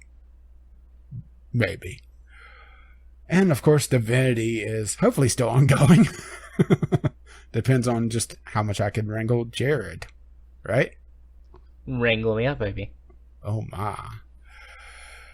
And you can find all of that, including the Sunday Sampler, whenever that behaves. And that's the problem with the Sunday Sampler, is that if I'm recording it on Saturday, it's just way too late for me to be able to do anything proper. And I don't want to just, throw random Let's Play content onto it unless it makes a lot of sense. The only time I've done Let's Play on the Sunday Sampler was an additional level to Meepy's Dreams. That was a series I already did. So maybe if there's a super short game, I'll do another Let's Play on it. But I like doing the random first impressions. Only problem is, like I said, sometimes they fight me. Yeah. Anyway, if you wish to catch all that, you can find me over at Gaming with Caffeine Rage, where I have that, including this podcast. But if you're on my channel, you're already hearing this podcast, most likely. So, check it out anyway. Or you can just catch me tweeting somewhat randomly over at Gaming with CR. My latest rant was about labels, because my problem with RimWorld getting everything set up, I was running a mod that was calling itself a patch. It wasn't a patch, it was a standalone. So I was running 2 versions of the mod, and they were conflicting. And it was driving me absolutely batshit insane. Because it should have been working. Why is this working? It's not a patch. It says patch. Fuck. Poor Rich. You can imagine just how pleased I was to see that. Very pleased. Anyway, Gaming of CR for Twitter, and, well, unfortunately, no Twitch. At least yet. I do want to do Twitch eventually. It's just, actually finding the time, really. All the YouTube stuff takes up a lot of time. But speaking of time, it is time to wrap things up. As always, you could contact us once again. VGLpodcast@gmail.com with your letters, voicemails, and gaming-related topics, or just tweet us, VGLpodcast, on Twitter. If you wish to help to pay for this absolute madness, you find us over at patreon.com/VGLpodcast. And if you're not listening to this through our RSS feed, you can find it over at VGLpodcast.podbean.com, where you can also find the show notes. But the podcast also lives on iTunes, Google Play, Stitcher, and who knows where else that Jared's found this to put this podcast.